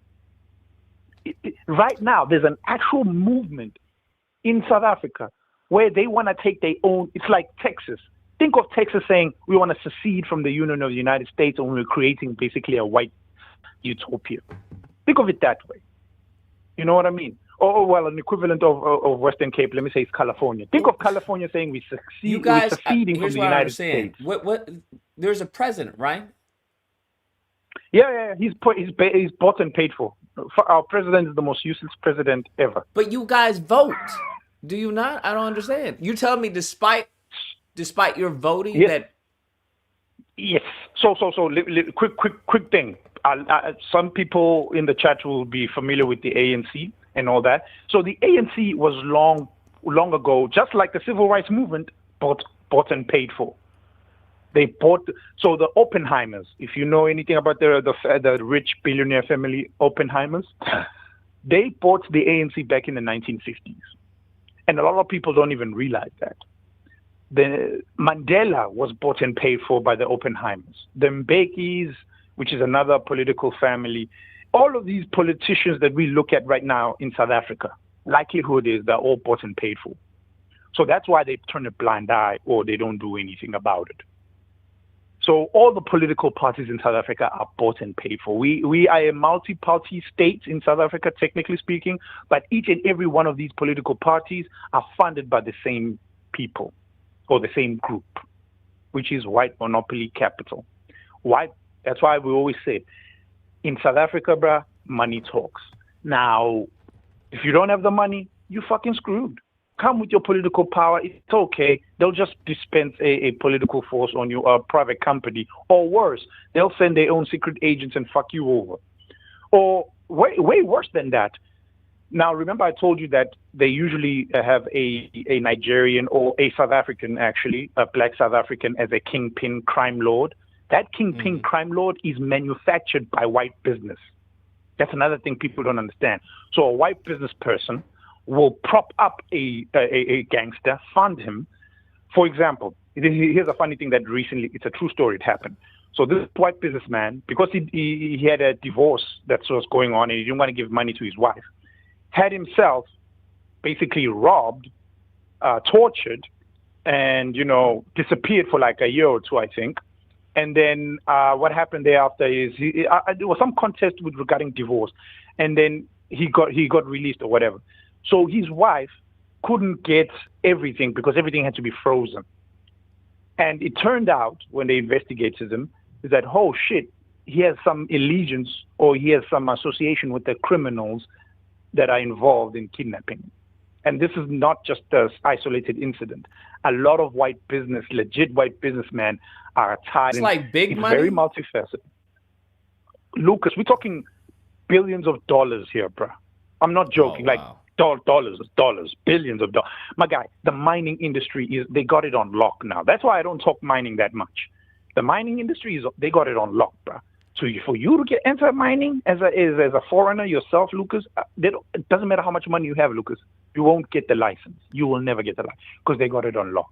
However, other industries, those are open. Those are open we games. Can't you can systematically still fight your way get people in the government. You can, but it's going to take a while.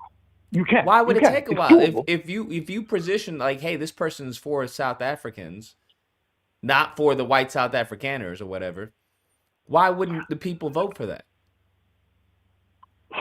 Ignorance. So we have a lot of old boomers that are still in they are still believing in the old ways. So a lot of our The old ways, my you mean parents' apartheid? generation. Yep. Oh, So let me hear me out. So we have a lot of let's say my parents' generation and my grandparents' generation. They are still, a lot of them are still alive. They are the majority voters. So they would still, for example, vote for the ANC, even though the ANC is full of shit and ruining the country. They will still vote for them because it's better than apartheid. Hi guys, this is their logic. My man, I rather vote for them. Better the devil you know, because apartheid, it hurt us too much. I'll vote again. I know they are bad, but they'll fix themselves. They will fix themselves. That's what? The older generation. No joke. I kid you not. This is how the old generation thinks. I have had multiple discussions with the old generation. They always come back to me and say, but apartheid though. I know, but ANC freed us from apartheid. I know. I'm still hurt. Because to be fair to them, Lucas, they grew up in apartheid. Unlike you guys where you are separated from Jim Crow, I was born during apartheid, my guy. I was born during apartheid. So yeah, it's not that far removed for us. It's literally a generation and a half ago. Or should I say half a generation ago. So a lot of people still have that memory in mind of seeing the brutality of a white policeman chasing them around with dogs or whatever. So when they see a black politician, to them, they don't care what's their lineage or who they associate with. They will believe in that black politician because he's black. He's saying the right things though. So let me vote for it. And that's what they do.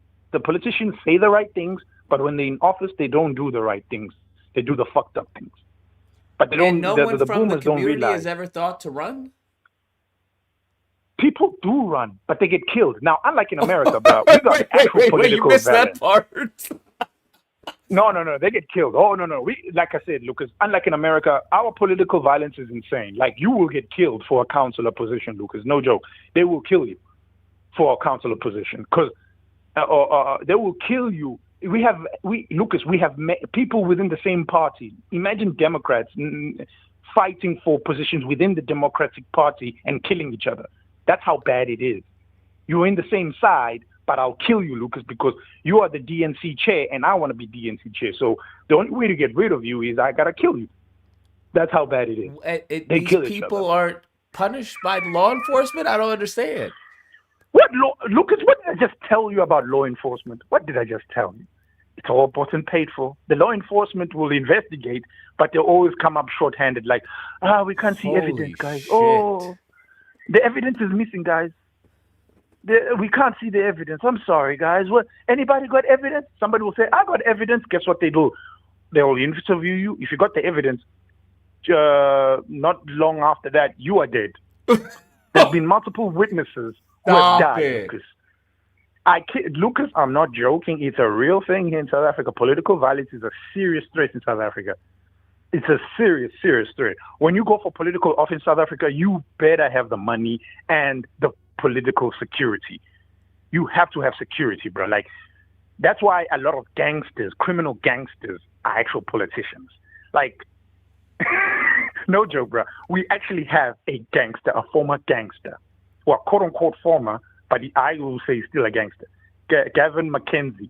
He is a convicted criminal. Kingpin boss. The man is currently the Minister of Sports. Currently. And right now he released a video threatening people. Saying, I hear that people have my name in their mouths. I just want to say, if you don't have the evidence, you better shut it or somebody will shut it for you. That's what he said?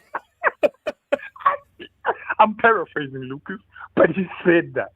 He was saying that, bro. He was saying, people are saying a lot about me. I'm a reformed man. Yes, I used to be in prison, but I don't do that no more.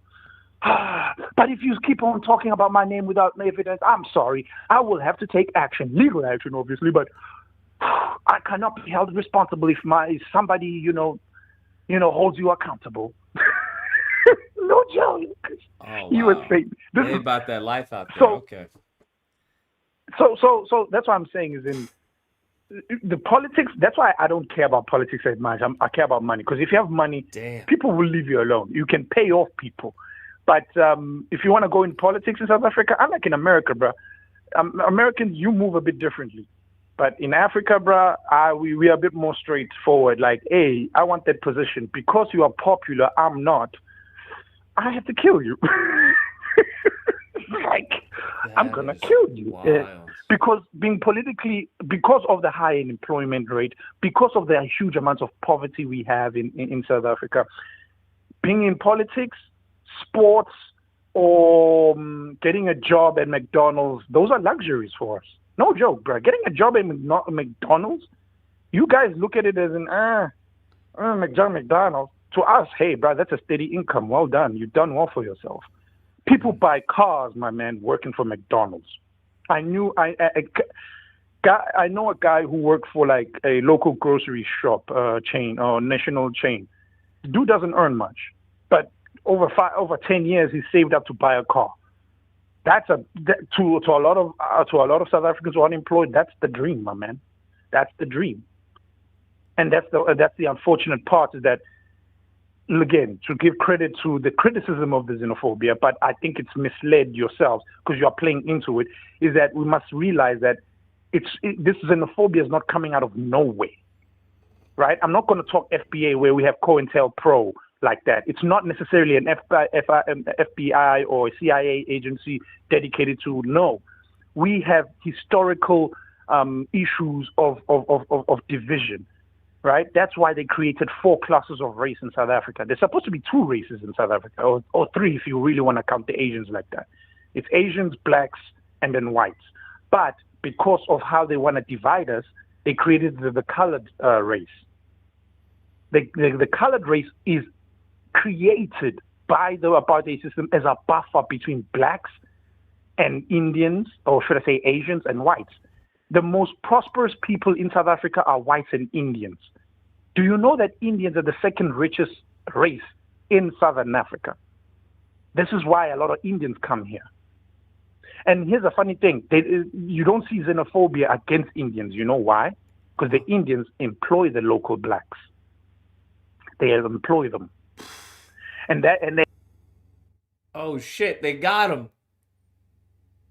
What happened? Did they... They must have gotten him. Oh, damn.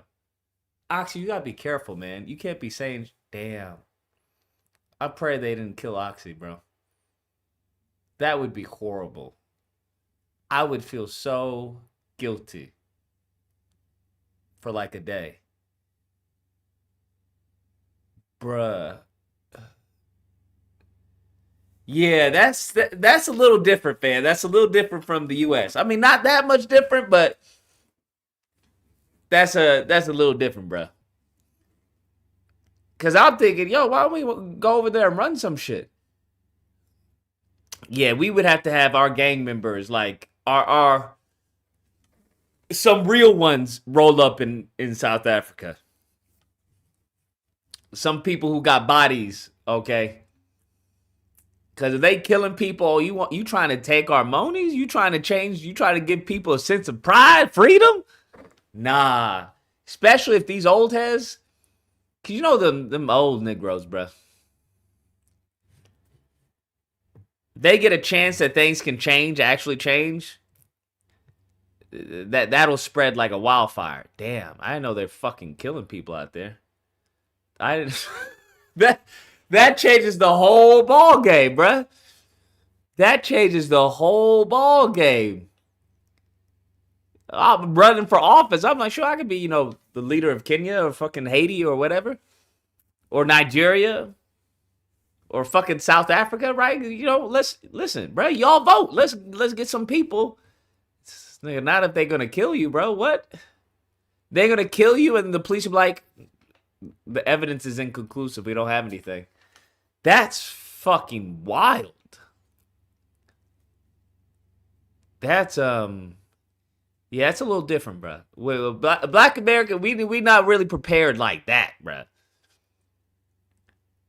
Like, usually they hide it behind something, right? Oh, car accident. Our leader, so-and-so was a car accident. Or, oh, it was infiltrated. They had it was the NOI who took him out. Oh, it's so bad. Oh. These mofos are just pimps with it, saying, nah, we're going to kill you, bro. That's a little different, fam. That's wild, man. What about Charlie Kirk? Fuck Charlie Kirk. Charlie Kirk wasn't running for office. Nigga was a podcaster. You know what? Maybe we don't need actually, I can't say that. We need some YNs, bro. We need some YNs that come with me to South Africa so we can make some shit happen. Some YNs, and then we also need to infiltrate. I wanted to ask him. Hopefully he's not dead. But I wanted to ask him about the police, right? Because, okay, fine. We just have to map all this out and see what we need to take in first. Because if we got a few people who are in the police department, we can at least get a heads up. This is something I've talked about, in the States. Right? Especially if these mofos is willing to kill. But it's like, yo, listen, you got to put up a fight or it's going to be game over, fam. You got to put up some type of fight. If they're willing to kill, you got to be willing to kill twice as hard. Or kill double as many amount of people. Metaphorically speaking, YouTube. Metaphorically speaking. But you got to be willing to go to that extent. Or they're going to rule via fear. They're going to rule via fear. And we see how it's happened out here in the States, bruh. We see how it's happened out here in the States. These motherfuckers have ruled via fear.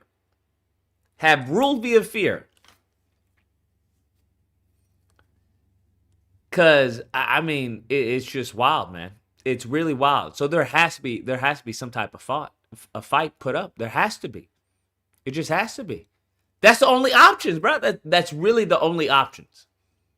If you know these people do not have your vested interest, unless die, bro, unless become extinct. I don't know, man. That's not really a good option. That's not even the best option, bro. You just got to be willing to take it to that extent. You got to let them know that you ain't scared, bro. Have security. Get your shit, Because I'm like, bro, what? This doesn't make any fucking sense. It just doesn't make any sense. Killing people over fucking, political office out in South Africa?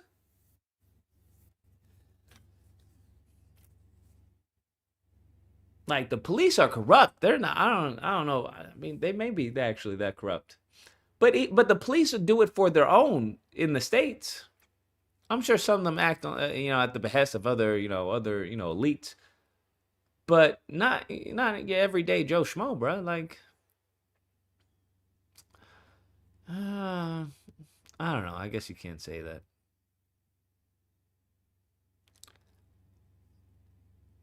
Oxy, you live? Yeah. Oh, okay. Yeah, Oh, man, shit, they almost bro. I got thought me. they killed I you. had to run away to a safe haven real quick. Wait, let me address real something. Carl Dojo 7137 on the chat. You a fucking coon, clearly. Let me tell you something. For you to say that private business has nothing to do with control of government, you are ignorant. You are Wait, dumb. who said that? Because That's not even the case out here in the States. Exactly. Because for you to think private business doesn't run government, my guy, the Oppenheimers, Johann Rupert put Cyril Ramaphosa into fucking presidency, you dumb fuck. Cyril Ramaphosa, for example, just for context, everybody, Cyril Ramaphosa is our president. Our president knew nothing. Let me tell you let me try and be quick with his history. His father was a policeman in apartheid. So yes, his father was a sellout. So his father, being a policeman and being one of the good ones for the whites, basically got, now as a South African back in apartheid days, you cannot go to university or to tertiary education without endorsement from a white person. Okay? Basically, I'm simplifying it for you. You need to get endorsement, basically, officially. So Cyril Ramaphosa went to university getting an endorsement. His father works for the police. Put 2 and 2 together and tell me how he got it. Now, through university, Cyril Ramaphosa studied law, if I'm not mistaken, and he studied law, and guess what? He started a union, a mining union. It became one of the biggest unions in South Africa during that time. How does a black kid who grew up in the townships, who studied for law, become a shop steward and a leader in a mining industry? Because he was funded by the white business people. So through that, he then gets political clout, right, through this mining union. And it's a very powerful mining union, by the way. And this mining union basically affiliates with the ANC. And he becomes part of the top 6 leadership in the ANC. So his first run to become president, because when Mandela announced that he's only doing 1 term as president, Cyril Ramaphosa ran for president. He's like, I want to become the next president. But because he doesn't have the political history, because obviously he's an implant, he was never given the votes. So he quit politics. He quit and he became a billionaire. How, Sway? He's a lawyer. He has never started a business. He was a shop steward in the mines, and he was a political figure of a mining union. But jiggy, within less than 10 years, the man becomes a multi-millionaire. Sorry, let me put it that way. He started off as a multi-millionaire. How? Where did he get that money from? Fast forward to today, the man becomes president. Who do you think he owes? So Carl Dojo, you dumb fuck, go educate yourself on your own country's history, because clearly you don't know South African history, my guy. Mandela is funded by the Oppenheimers. Thabo Mbeki went through London. Julius Malema, my guy. Julius Malema has always been made fun of. Or the man talks about, I'm fighting for the people, economic freedom for the people. We are dressing like minors and maids because we are representing our people. But yet the man wears a 250,000 Rand watch, which is equivalent to, let's say, about $50,000. Imagine, Lucas, you dressed as a fucking domestic worker wearing a $50,000 watch. Tell me you're fighting for the people, Lucas. And then you have people like Carl Dojo who are going to say, nah, he's exaggerating, man. Just make a lot of money. No, you need to understand the political landscape of this country, because you don't want to step on toes you don't want to step on. Because before long, you may find yourself in trouble where they use the law against you. That's why you need to buy political leverage accordingly. You need to find a way to go, okay, this is the political map of South Africa. This is the industries I can touch and build off there, because nobody really cares that much. But these industries are very politically involved. So don't go to politically involved industries like the energy sector, mining sector. Basically, don't go there. That's heavily involved. You can invest in companies that buy assets there, but don't basically get yourself involved because it's very political. It's highly political. A lot of political people involved there. That's how they make their businesses. So all I'm going to say is it's very simple, as in it's not such a simplistic thing of just get a lot of money. As much as I agree with that sentiment of get a lot of money, but your money needs to have direction. You need to pay off some people so you can stay protected yourself. You need that money. You need to basically go, okay, I'm in a city like, let's say, Durban. In Durban, I need to have the mayor on my pockets. I need to have the city manager in my pocket. I need to know a couple of councillors where my businesses are physically located. Let me have those councillors in my pocket. And then you also need to speak to the taxi industry. There's a lot going on, guys. Like, there's a lot. Look, to you guys, it may seem like a lot, but for us who are already here, it's very easy to maneuver these industries now because it's part and parcel of our lives. But the point is, you just need to, it's like when you come to LA as an artist, hey, you're going to get checked. You know what I mean? People come in there, do your check-ins. Let me do my check-in. Just do your check-in, you'll be good. But if you don't do your check-in, that's when you get a problem. That's when they look at you funny. People who want to take over your business will look at you funny and try to use things against you. So as long as you respect, let's say, the local customs and you move accordingly, nobody's going to touch you. That's why a lot of white foreigners come in and make bank. Because why? They check-ins, they do what they have to do, and then they leave silently. But they leave their mark economically speaking. So same thing I would argue with anyone who wants to invest in any African country, is that just know what's going on, who's who, do your check-ins accordingly, and then build that cloud. Maybe one day you may be the top dog. Who knows? When you become the top dog, then you set the rules. For now, since you're a new player, respect the rules of the board game and play accordingly. Just move in strategy. You will be fine. I'm telling you, you'll be fine. I know a lot of people where, look, I wanted to do a lot of business with them, but because of how heavily they involve in politics, how heavily they involve with the underworld, hey, bruh, I am too pussy for that. Hey, I'm all about fights and everything, but I don't want to mess with those type of people. There's a lot going on there, bro. Like, no joke, Lucas. Like, the criminal underworld mixed with the businesses, those people, they're on another level. Let me put it to you that way, right? They're on another level. They have a lot of buy-in with a lot of people in certain ways. Like, I don't want to mess with such things. That's can make why you disappear. You keep quiet. Forget disappearing, Lucas. You talk about, that's easy. Somebody will see you getting disappeared, Lucas. They destroy your reputation systematically, and they take their sweet time too. Like, they really take their time. But anyways, all I'm saying is, at the end of the day, it's not that it's I'm sounding like I'm fear-mongering, and a lot of people, I'm pointing out the negatives, because people will always say, always blame me and say, you always talk so like Africa is an evergreen place. Now I'm showing you the negative side. This is the ugly side now. This is the ugly side of South Africa that you need to be aware of if you intend on working it. But it's not all doom and gloom. Like I said, as long as you don't go to industries that are heavily politicized and have a lot of political interest in there, then you know what you find. And there's plenty of industries where politics is not that heavily involved. And there's plenty of growth because there's lack of investment in areas. Like, for example, just to highlight, animation. There's a great desire for animation in the private sector for certain things and working, but we don't have a lot of animation. Maybe there's one or two studios in the whole of Africa. I'm sure you've heard of the thing Super Strikers. You've heard of Super Strikers, Lucas, right? I'm assuming you did. You have. No. Oh, okay. It's a cartoon. It's a South African original cartoon where dudes they started off as a comic book that sold. They built from there. They created a very big TV show. It's very big in Asia, from what I understand. Not big in America, obviously. Yeah, really? Super Strikers. It's called Super Strikers. So it's quite a big, lucrative comic now. It's very legendary. It's very well known within Asia, and it's selling a lot. But it started off small.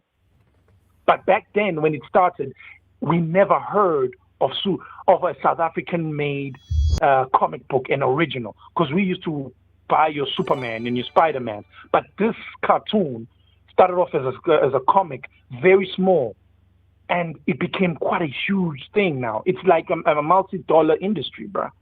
It's quite huge now. Started off small. Over You soccer. see what I mean? Animation. Just because soccer is a big industry in South Africa. Soccer. It's a big. I mean, well, it's the biggest sport, isn't it, in the country? I mean, in the world or whatever? In the world, yeah. And Africa, yeah. So just to give you an example, this started off from a black man and it got stolen by a white man, by the way. Wait, what? Wait. How? I don't know the exact details. A black but from what I guy understand- created Super Strikers? Yep, it was a black guy. Black guy started this. Because if you see how it is now and how it started, it's not And sold the same. it to a Japanese man, someone said in the chat. There you go. I don't know, is Really? it sold to a Japanese? I don't know or how, but all I know is when it became big enough, because I used to love Super Strikers when I was growing up too in high school, bro. Like Really? I used to buy this. Like, hey, shit, the new issue of Super Strikers is out. Like, it used to come in a newspaper, it's part of a newspaper, but they started selling them separately because they were that popular. People used to buy the newspaper just for the comic back in the day. So it became big. And this is, like I said, animation, Lucas. This is straight up animation or drawing, whatever. That is an industry that is very small or underutilized in Africa or South Africa. But you can make something out of it as long as, obviously, you apply your business acumen. But all I'm pointing out is there's plenty of opportunities. It's just you need to be very cognizant and very wary of how and where you go about it. That's all. But like I'm saying, not to sound all too doomy and gloomy, to end on a hopeful note, this is my example of this is what South Africa is, I think, the most recent biggest import. Forget your other artists or artistry that has come through with music or whatever, but I'm highlighting something that the South Africans are not known for, but that has become a huge thing in a part of the world. Super Strikers is a great example. They have tried to create other comics. There's other ones that are very big locally, like Mdu Comics, MDU, M for Mike, D for Delta, U for Alpha, Mdu Comics. Mm-hmm. That became very popular within South Africa. It became very popular. Like, it was trending for years and years. People even use them till this day as memes, some of the things that are happening. So I'm just highlighting to you that there is hope within certain industries. There's ways to make money in ways strategically, and you don't have to have, let's say, the highest cost that you have in the States or Japan. That's all I'm saying, is that there's ways, but you just need to understand your environment that you're in. That's why I said, again, to come back to this xenophobia thing, the problem with these foreigners is that they don't respect the raw locals. They disrespect the locals. I've lived in, you see Midrand, that place that you were showing there, Midrand. Not that I've lived there, but it's not far from where I used to live in Centurion. Midrand, bruh, is ran by foreigners. There's a lot of foreigners there, unfortunately. And so anything bad and anything horrible happens, and they don't, and the thing is, they don't adapt to South African people or locals. They basically, be disrespectful. For the lack of a better term, let me say that they come off as very disrespectful. So obviously, people are going to blame them for all the ills that happen in the society. But if they integrated and work with them, not to say change your culture, just say, hey, I understand South African. I understand what you're saying. Let me work with you as a community and let's be one. They basically say, fuck you, I'm here to make money. And that's a funny thing. A lot of Africans treat South Africa the same way a lot of foreigners come to America. They come there just to make money. And to me, I have no problem. Personally, I have no problem with that. The problem is the reaction that I have with our people is we are not reacting appropriately. But yeah, a lot of Africans come to South Africa to make money. South Africa is the richest. Fuck what they say about Egypt and its economy, by the way, and Nigeria. Nigeria is a hellhole. No offense. I'm not being xenophobic. No. Even Nigerians will tell you. Nigeria is an actual shithole. They have Boko Haram terrorists that are fucking up the Niger Delta. They actually have Islams that are basically genociding Christians. Or when dude, we don't have that here in South Africa, my guy. When have you ever heard of a South African Christian saying, I'm going to kill a Muslim? We don't care about your religion. But we care about how you come into our community and fuck our shit up. Right? So all I'm saying is, and not to say all Nigerians, like there's obviously plenty of good people that come from Nigeria, but I find it very coincidental that Ghana deported 500,000 Nigerians. Why did Ghana deport 500,000 Nigerians? I'm just saying, something is off with the Nigerian water, that's all. And I'm specifically talking about Nigerians, not other African countries. Other African countries, sure, cool, but Nigerians seem to have a bad rep around the world, around Africa, just in general, not just South Africa. Also take that into context. But all in all, there's still opportunities, there's still ways to do things. You just need to know the landscape of the country. The same way, when I come to America, I need to understand Black American cultures and be respectful of Black American culture. I can't just come there and say, I'm Black, I know everything about Black, and ignore the local, the native Blacks, and ignore Black Americans and go, what do these people have? They have no culture. To even say Black, you see, that's disrespectful for Black African as a foreigner, come to America and say, Black Americans come to America and say, you have no culture. That sounds like how Nigerians come into our country and say, yeah, you guys are useless. We will show you how to do things. You see what I mean? It's very, very, very disrespectful. So you're going to get a vehement reaction. So all I'm saying is there's ways around it. And, before I get cut again, that's why I mentioned Asians. Asians are making bank here because they're keeping a low profile. All this shit is going around them. Whites, blacks fighting blacks, all that. But nobody's talking about the Asians. But the Asians are gaining on white people. They have closed the income gap, Lucas, in South Africa. Asians have closed the income gap, I think, by like 40 to 50% from their part. Wow. They're going. It's fucked up, bro. It is fucked up. But yeah, I just wanted to give you that context, though. Cool. All right. Appreciate it. Cool. Dang. Woo-wee, bruh.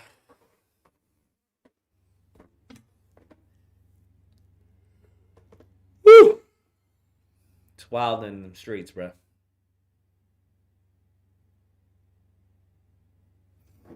Wild in the streets, man. Yeah. I don't know, man. I don't know. I ain't got the answer, Sway. If they moving like that, I mean, yowzas. Where are they said to judge on birthright citizenship? Tomorrow, today. Welcome to the Lucas and Friends. Happy Pesach. Much love to my bro Muslims in the house. NYC, we be united. Yo, much love, everyone. There we go. There we go.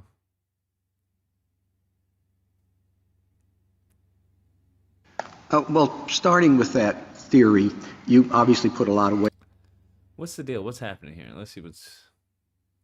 We continue to follow breaking news. Where's the SCOTUS leading? The High Court is hearing oral arguments about the legality of President Trump's executive order. That order is aimed at ending birthright citizenship in the United States. And here's an exchange just a short time ago between Justice Ketanji Brown Jackson and Solicitor General John Sauer. Are you saying that only people who are domiciled here, as you define it, can form the necessary loyalty to the United States? It's not allegiance is not a question of subjective loyalty. Okay. It is something you owe. It's a reciprocal relationship between the citizen, whether they want it or not. They have that allegiance, and I think it's powerfully on the basis of. I mean, based off of what I've heard thus far, I don't think they're voting in Trump's favor, but I could be wrong. What? Domicile. I mean, that's what it says in so many words in the Venus and the Pizarro. It says, look, if you're talking about an alien, if they're just temporarily passing through, no, they don't have allegiance. But if they've made it their permanent home, they become part of our political community, and they are analogous or akin to citizens. And just a note for our viewers, the president was at the hearing earlier today, but he is now back at the White House. Right now, I want to bring in CBS News legal contributor Jessica Levinson. Apparently, Trump stormed out. Lucas, I'm drinking 2 bottles of wine for Passover, even though I'm not religious, especially because I'm not religious. We got to stick together, yo. In this case for us, and Jessica, a lot of discussion so far on domicile and allegiance to the U.S. Can you break down what this means in this case? Because I have no idea what that is, to help us understand. Absolutely. I hope so. So we're talking about the 14th Amendment. We're talking about the citizenship clause of the 14th Amendment. And even more specifically, we're talking about this language that says if you're born on U.S. soil, you are a U.S. citizen. And there we see it on the screen if you are subject to the jurisdiction thereof. So this entire argument so far has really been about those four words, subject to the jurisdiction thereof. Now, why are we talking about domicile? Because the Trump administration has argued that subject to the jurisdiction thereof means allegiance, and allegiance means domicile. And that's why, in short, we're having this lengthy conversation about what we understood at the time the 14th Amendment was ratified, at the time the cases that were written that interpreted the 14th Amendment, what they understood domicile to mean. I'll add one more thing, which is I think the key case in this area, a case from the very late 1800s, used the word domicile 20 times. And so what you see now is both sides having to contend with, does this word matter and what does it mean? Huh, okay. And so what challenges do the plaintiffs face in arguing this case? So I think for those challenging the Trump administration's executive order here, and they're arguing as we speak, I think the challenge is to convince, and I don't think this will be hard, but to convince at least 5 justices that in fact, this is not about looking at domicile. It's not about looking at allegiance in this sense, that what those who drafted the 14th Amendment intended is to say that what matters is where you're born, not the legal status of your parents. And so I think right now what they're doing is really combating what we heard from the Trump administration for about the first 74 minutes of argument. It would be very interesting, because let's say they do vote with Trump. Bruh. How are these, they're not even getting illegal immigrants. How would they, because that would be a lot of people, bruh. A lot of people. So I'm like, say they do vote with Trump. What's the process in which you get these people out of here?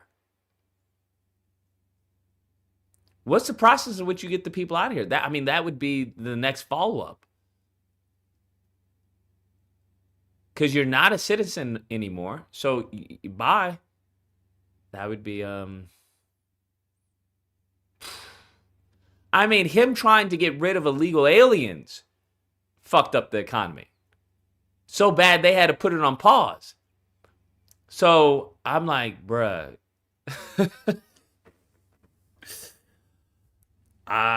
Very curious. Very curious. Again, they're making the argument that look at the text of the 14th Amendment. This was about making sure that the descendants of slaves were full citizens. Look at the cases that interpreted that amendment. They all focused on the idea that if you're born in this country... And what I genuinely do not like is them, once again, using black people. I know there are a lot of, the fulfillment by Amazon people who are like, yeah, that's right. Is, for black Americans. I'm like, it's ultimate disrespect. That's what I see it as. Because, you're telling me that all this is for descendants of slaves. But when it comes to reparations, nothing. When it comes to affirmative action, that's DEI. When it comes to anything that would actually benefit this group of people that you put laws on the books for, nothing. You don't give a fuck. So, and to be honest with you, that is I have to give them some respect because that's what the fuck you're supposed to do, right? You're everything, right? As long as it benefits me, cool. That has been their philosophy. And it's been their philosophy for a while now. The reason why you have mofos talking about, immigration and stuff like that, they didn't have a problem with immigration as long as you were working for them. The moment in time you started a business of your own, or if you started a taco truck or something to compete with their business, now it's you need to get the fuck up out of here. So it's the same thing they did with the slaves. Long you working on the plantation, oh, that's great. Good job. Keep doing the work. But as once you got freed, oh, these fucking criminals. So I just don't even like black people being brought up in this. The fact that the Trump administration is even talking about, oh, this was for descendants of slaves. Like, fuck you. What are you talking about? How dare you talk about the descendants of slaves when you're tearing down black history, when you're labeling black history as DEI? Like, I don't get how people are saying, yeah, they're standing for us. They agree with us. Like, even when you just had the U.S. fucking say fuck you when it came to slavery being a crime against humanity. And then at the same time, you want to talk about, well, this law was for the slaves. You have to understand, it wasn't for everybody. Like, fuck. I don't know, just fuck you. That's the only way I can describe it. It's just these people are they're ruthless. They're absolutely ruthless.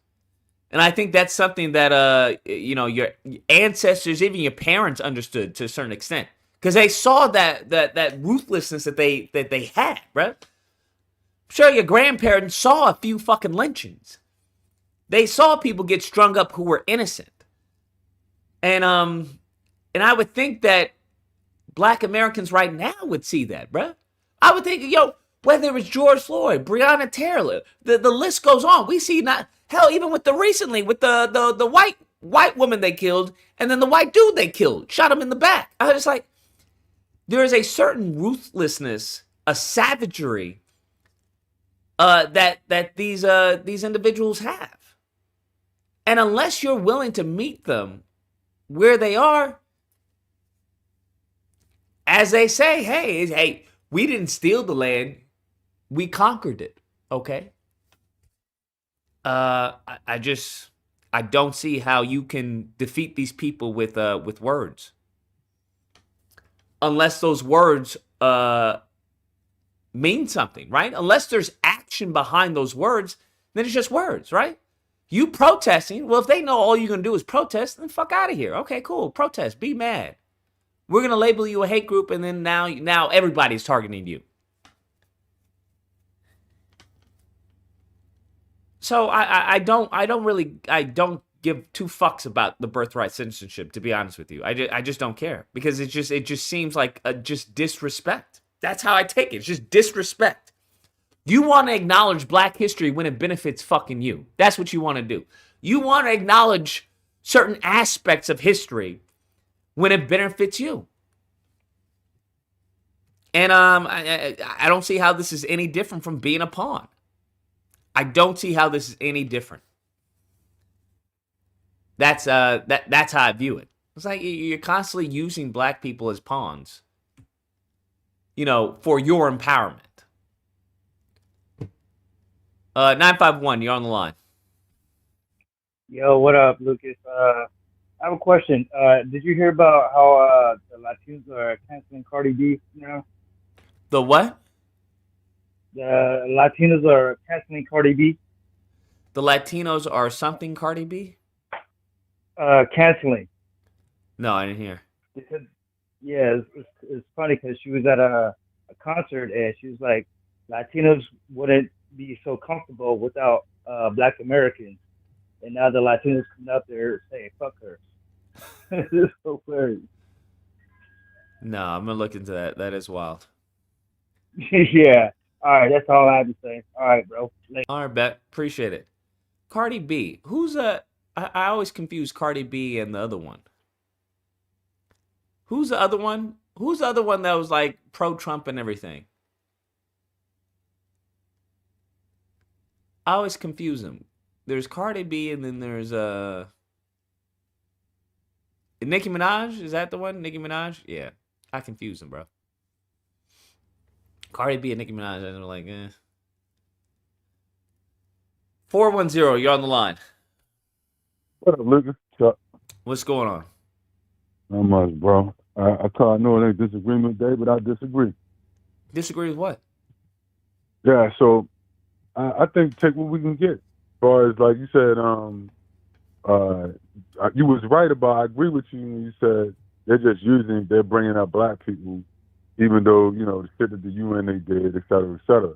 But the fact that I feel like this, if they won, I would take it. And if they then those people became those people became non-citizens or whatever, and they could be deported. To me, I think that's a win for black people because politically, I think it's a win. I think it's a good idea. How is it a win for black people? I mean, to an extent, but the only thing I don't see it as a win for black people because they don't have any means to follow through. They can't even follow through with mass deportation. Well, no. Well, and not. I'm not talking about on that side of it. Sure, that's a problem because they, the whole, like you said, the follow through with the mass deportation. But the problem we're facing is all of these people coming in, right, and then your vote basically being canceled out because they got their numbers. Well, if y'all lose birthright, then that means y'all lose vote. All right, cool. Now we back. We got some leverage. Now we back in the game. We might, as far as if they don't let y'all vote, because now, you fucked up on the birthright citizen. I agree. It definitely would give black Americans their voting power back significantly. Boom. Significantly. So, hey, I take it. I don't disagree with you. I don't, but at the same time, that also, the problem I have with that. You gotta take what you can get. You gotta take what you can get. I don't disagree. I agree with it, but the only problem is mofos haven't done anything with the voting power. Well, there's an opportunity to get some leverage and turn the tables on the motherfuckers. Hey, turn the tables on somebody. God damn, niggas don't turn the tables on nobody. They shoot themselves in the face. Turn the tables on somebody. God damn, right? You gotta start somewhere. I don't disagree. I think that would definitely give a stranglehold on the Democrat Party. Boom. Exactly, man. That's something because I would understand why the Democrats would be fighting hard against this because that's a giant voter block for them. Exactly. Now they gotta look back over at the Negro like, oh yeah. Now exactly. Now the Negro vote is shit. Well, what y'all want? Hey, what was y'all saying? Yeah, wait. My bad. I'm sorry. What'd you guys say? Yeah. What you say again? Oh, hey, where you going? Hey, come back here. Hey, Leroy. Come back in for a minute. Yeah, exactly. Wait. About the reparations. Hold on. Let's see if we can make a deal. Let's see if we can make something happen. Yeah, exactly. I agree. You know what I mean? Hey, it's a shitty way to be, but you know what? They don't give a fuck about us. I don't disagree. I don't disagree. You know what I mean? Those little Nori Martinez motherfuckers. So now here's a chance to turn the tables on their ass. Right? And then you can even go to them and say, hey, listen, now we got some leverage. You want to, you know what I mean? Maybe, we can, now you talking about black-brown coalitions, well, now you on top, and you got a little more, juice. You can say, okay, well, now y'all can make some deals with us, and maybe we can help y'all out. Yeah. Because now you need our help. I don't disagree with you. You see what I'm saying? So you can get all kinds. I don't disagree with you. But mofos would have to, mofos would have to be on point when it came to politics, though. Exactly. So say, look, motherfucker, yeah, they didn't mean it for your good, but you can turn it into your good. Because this would definitely be a giant W. Hell yeah.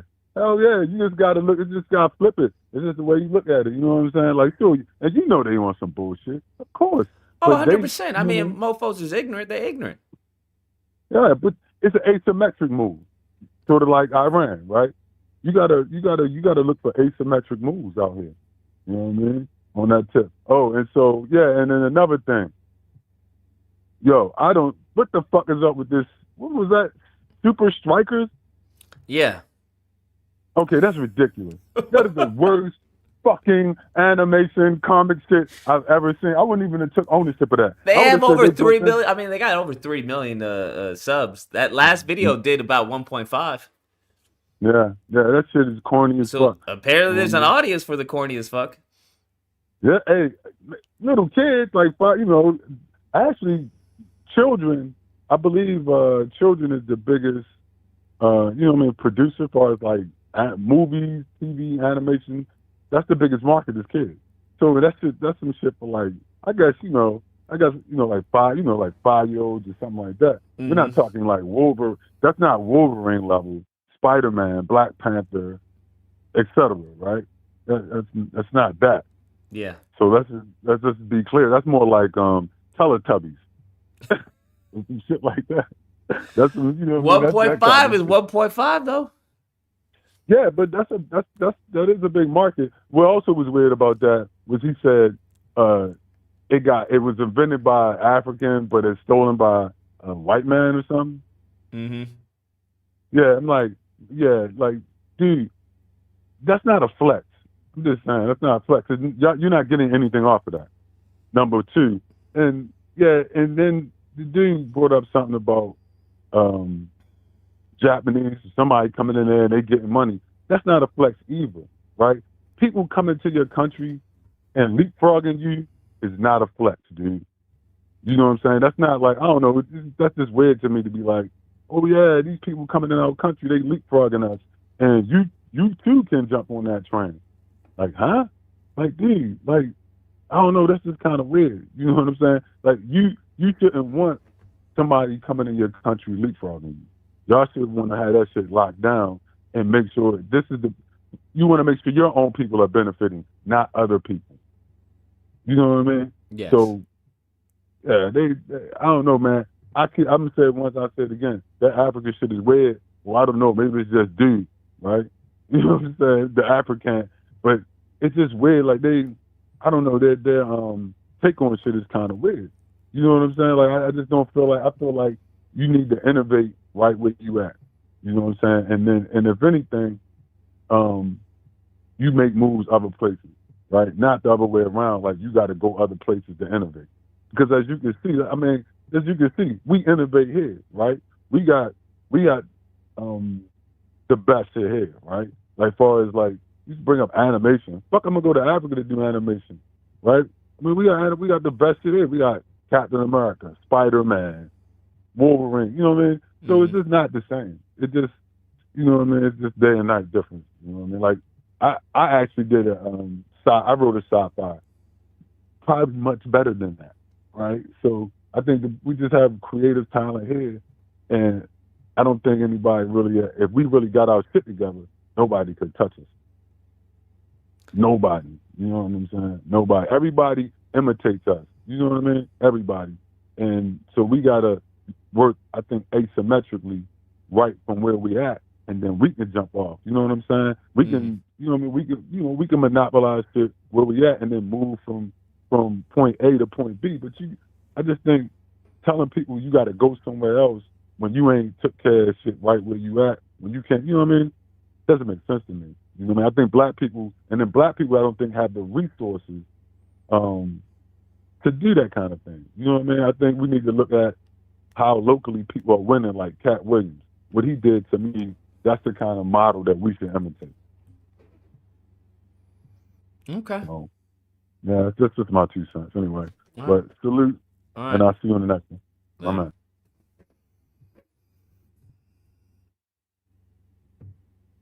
Fair enough. But I would say that definitely would be a win. Would be a win if all these people lost their citizenship. But it'd only be a win if mofos engage in the system, bruh.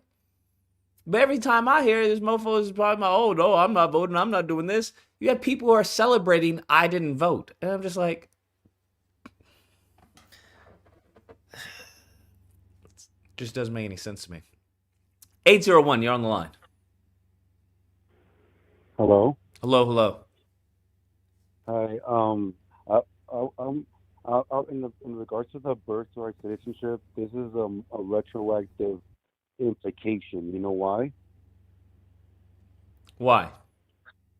Because that will affect the past, present, and future. Because in the terms of, like, for example, like Trump, he was born in New York to immigrant parents. He's also implicated in this situation. His kids are also implicated.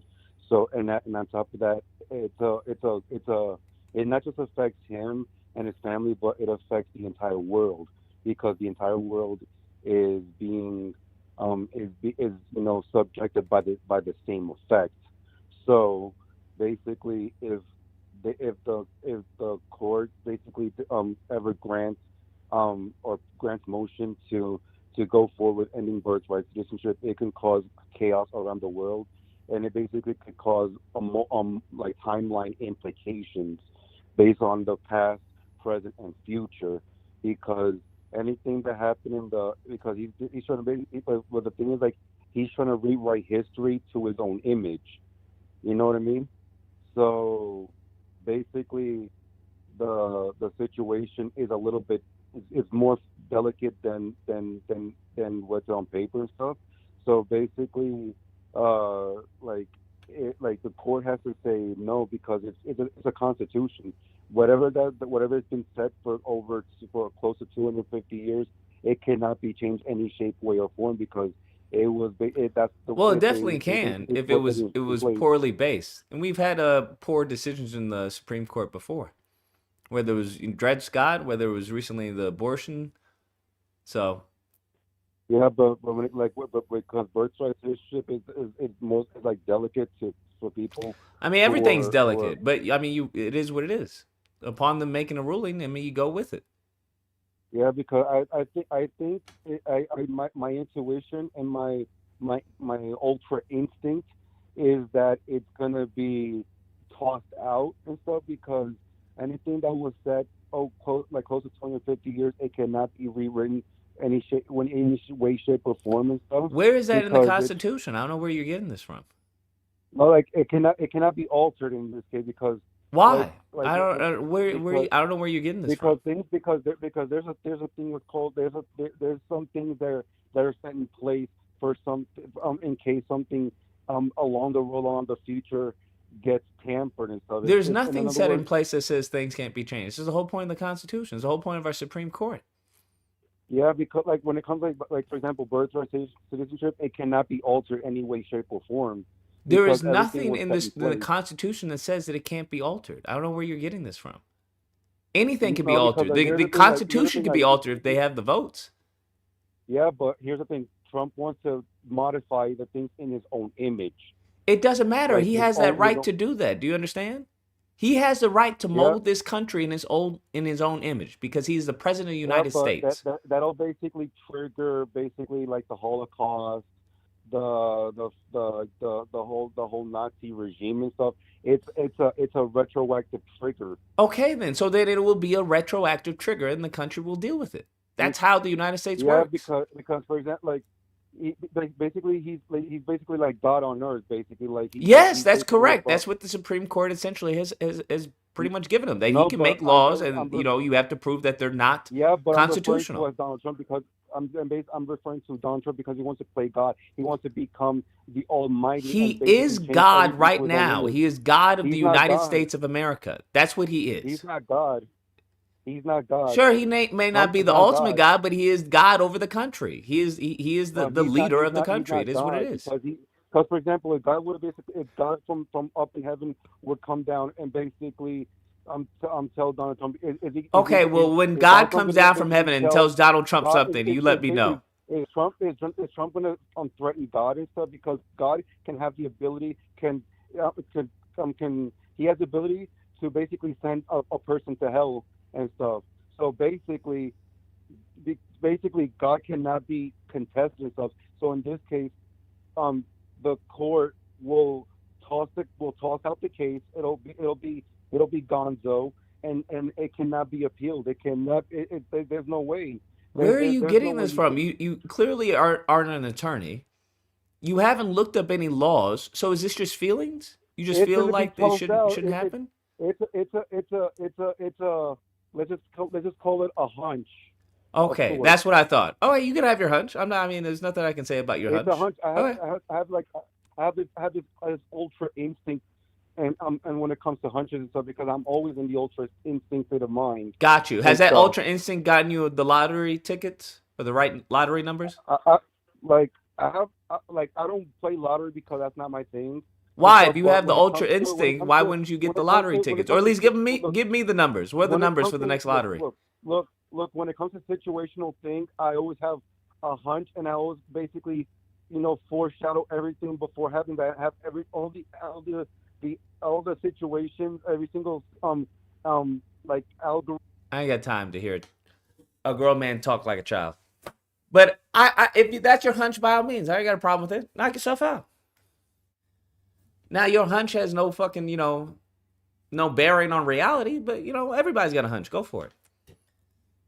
It reminds me, you want to know what he was talking like, that meme with the kid?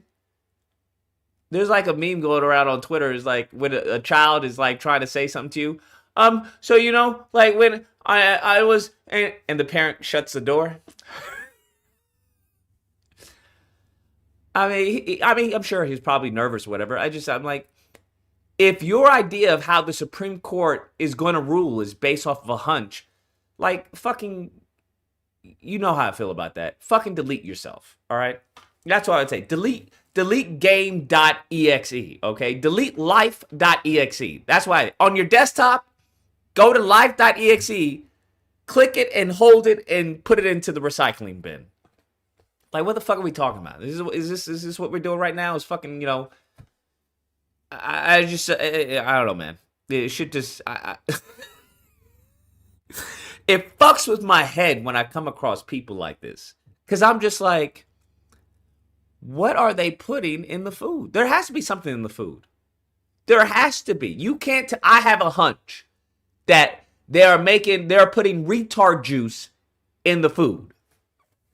In the water, in the drinks, that's what I think. That they're putting retard juice. They're going, there we go, let's put it in there. That's my conclusion. That's my hunch. 773, you're on the line. Yo, Lou. Look, I seen your video the other day about Pamela Jayapal, and you said that she wasn't for like black people, like for reparations, and she was one of the first people to get on HR 40. No, I didn't say she wasn't for black people. I said that statement, what she said, was highly disrespectful. And black people wanted to do something. You can't vote her out, but the best thing you could do is probably get a definitive statement from her to clarify her stance on reparations. Yeah, and she was one of the first people to co-sign HR 40. That's great. That's awesome. But her recent statement has nothing to do with HR 40. Her recent statement was about giving reparations to those who were traumatized via, Trump's immigration or deportation with ICE. Yeah, for sure. But I'm just saying, like, she can do two things at once. Like, I'm on a... No, you can't do two things at once. That's what black people fail to understand. Negroes think that you can do two things at once. You can't. So... all these bills I'm looking at on Congress.gov, you can't do all these at the same time? Did she create all those bills? Yeah, she's on them. She co-signed on a lot of them. Do you know what a cosign means? Yeah, that means she's endorsing it. So what energy does it take to endorse a bill? That's the only thing you can do when you are not in power. You're going to need to put your name on things. It ain't like she can move the needle. We all know the Republicans run everything. Okay, then. So you're not doing anything by co-signing a bill. Good job for co-signing a bill. That's meaningless. How many bills did she put forward to Congress? Well, I'm looking at, say, 5,256. She has put forward Co-signed 5,000. okay, so I'm going to ask again because maybe we're getting lost in translation. I didn't ask about co-sign. I said, how many bills has she put forward to Congress? I don't know. I can't tell you that specific. Okay, so that would be the bigger answer, right? Because anybody can co-sign a bill. You can put your name. Yeah, I co-sign. I co-sponsor this bill. Great, awesome. Yeah, that's true, but there is no but. Well, what would you expect? What would you? What do you think she should be doing? I don't want to hear anyone more? talk anything about reparations unless it's about black people. Then you can talk about reparations for illegals or children who've been traumatized. Then you can talk about reparations for everyone else.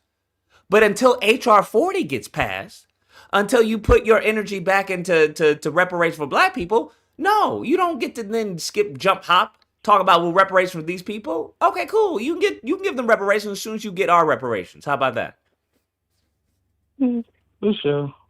Because I guarantee if a bill comes out, it's not going to be a study. It's not going to be about, we're going to do a study about the recommendations on how to give reparations to the legal children who were traumatized. That's not what's going to be coming out. I can almost bet my life on it. So what you think it would be like?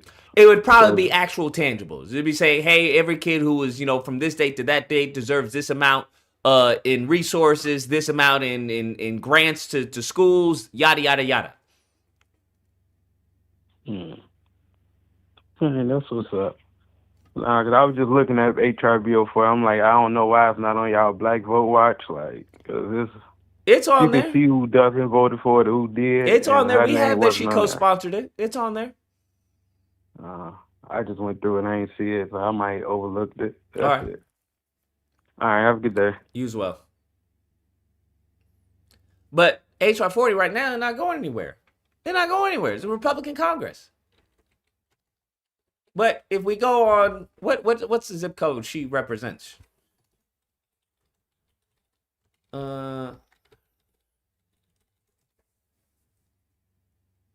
What is she? 98133.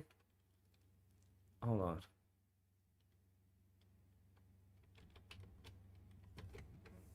Let's see. 981. There she is. Pramila J. Paul. Let's see if we have it. Nigga, what you mean it's not there? Co-sponsor HR 40. What you mean? See, this is why niggas, y'all gotta step your game up, bro. You gotta step your game up. We just live checked it. I live checked it. Typed in the zip code, see the lady. All right, it's right there. Co-sponsor HR 40 Reparations Study Commission.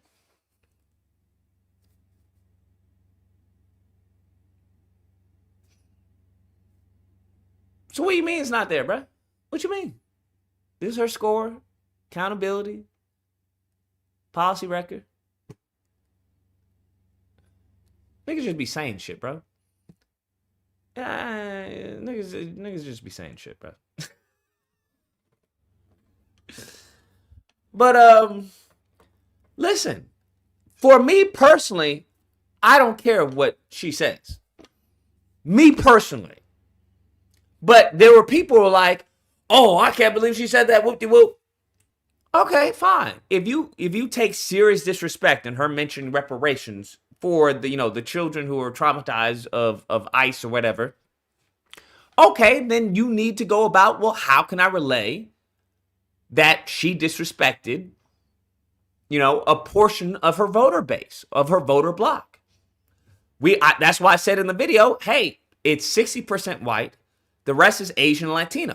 It's only 5% in her district that are black. It's a very Democrat seat. So it's not like you're going to run a challenger or someone better than her. It's too late for that. So the only thing you can do right now is probably get a declarative statement regarding reparations. Hey, we would like to just get, make sure that her support for HR 40 hasn't dwindled amid, the trauma for illegal aliens or children of because they don't say illegal aliens, the trauma of undocumented migrants or whatever. That's the only thing you can do. That's the only thing you can do because you don't have enough black people in that district to vote her out or to do anything, harmful to her career. So ask for a statement. Let's see how she responds. That's it. But like I said, to me, I don't care what you say. What'd you do? That's the whole point of Black Vote Watch. I don't care what you say. In most regards, unless you're saying some racist shit, right? But it's like, what have you done? That's cool. You co-sponsored, this bill and that bill. Awesome. That's great. That's real. I appreciate that. But we're gonna need a little bit more. That's it. So when you get a Democrat president, when you get a Democrat Congress, and that's definitely happening, I don't see why it would not happen, especially come midterms in 2028. I don't see how it doesn't. But, like I said, people have memories of fissures. But once that happens, okay, I want the next Democrat president to be signing some executive orders like Trump is doing. That's all. Let it be held up in the courts. Fine. That's it. And if this goes through, And a lot of these, Latinos or Africans or whatever who will come over here, they are no longer citizens. That puts the ball in our court. So that means, listen, motherfucker, if you don't do what we ask of you, then, then you're not getting in office. Simple as that. Then you can say, well, what about the Republicans? The Republicans will do that. Well, okay. But yeah, I mean that's all I'm saying, bro. I think that's great. I think that's awesome. The co-sponsoring and everything. I didn't take extreme offense to it personally. I just like, that's pretty fucking crazy, because I think when it comes to reparations has been so inseparable to Black America. Whenever you think of reparations, you think Black people. But, I mean, we see what they've done with the language, bro. So I'm like, I don't know what to tell you. Negroes haven't protected woke. They allow them to take woke and destroy it. They allow them to take fucking black fatigue and destroy it. So I'm like, I guess, hell, take reparations then if that's the case. Let reparations be something different. But that's just me. We don't look at the legal status of your parents and essentially don't get caught up in the Trump administration's argument. Lou say you're an anchor baby and start shipping y'all back too. I don't listen. Blood Eagle. I don't disagree with you. I don't disagree with you at all. That's why a lot of the arguments when they talk about the Native Americans, well, would Native Americans have to, like, where do they go then? I don't disagree. I don't disagree at all. So when I hear things like this, I try to go to, well, how would they fuck over Black people? That's usually my go-to whenever I hear something like this. Because if it starts off like, oh, this seems like a good thing for us, knowing this country, knowing the people, no. They're never doing something that'll benefit Black people. So the first thing I'm thinking of, how are they going to try and fuck Black people with this? If this were to pass, how are they going to try and fuck Black people? And I would probably argue, they'd definitely be like, well, you guys are descendants of African slaves. You guys do know that. So we're going to send you back to Africa. I wouldn't be surprised if they tried to do some shit like that. I wouldn't be surprised if they tried to do some shit like that. Because they would definitely use Black people like, well, this is meant for the slaves. That's what it was meant for. Okay, it was meant to protect them. And then use that same damn law against us. I would not be surprised. They did that with the 13th Amendment. No more slavery. Except if you commit a crime. And magically, seems like all the niggas who were slaves magically commit crimes and are now slaves again. I don't know. I don't know how that happened. I don't know. Ask them. So, I'm not thinking that, oh, this is finally the country is doing right. No, that's not what I think at all. Now, I heard what Chuck has to say. In theory, I agree. But theory is a dangerous thing when we start to see how in practice it's executed. Right? In theory, yeah, get all the bad people with the coke and are doing drugs in the community. In execution, right? In execution, it goes a little bit different. So I don't put anything past this country whatsoever. About what exactly domicile means in those older cases and if it affects our interpretation now. There's so much at stake with this case, Jess. Interesting. We'll see. We'll see. Because I guess right now, maybe that's why the fulfillment by Amazon people are saying, hey, no, we're indigenous. Because maybe they're anticipating this getting passed. Oh, no, we're indigenous. We're indigenous. But and then it goes to, well, what type of proof would they need? And I'd be interested to see and to hear what they accept and what they don't accept. But like I said, I don't know, man. I don't know. It is what it is. If Black Americans believe that we are the culture or everything they steal from us, then it doesn't matter where we are. Then we if that's the mindset, then you should shine no matter where you are, whether you're in the States or outside the States. You should shine. Anyways, it's interesting to see how this is gonna play out. That's gonna be it for right now. Everyone, take care, stay safe, don't drink and drive, and I will catch y'all mañana for Disagreement Day. Where disagreements. Welcome to the amazing army. Where's the fucking live stream, bro? There it is. All right. Adios.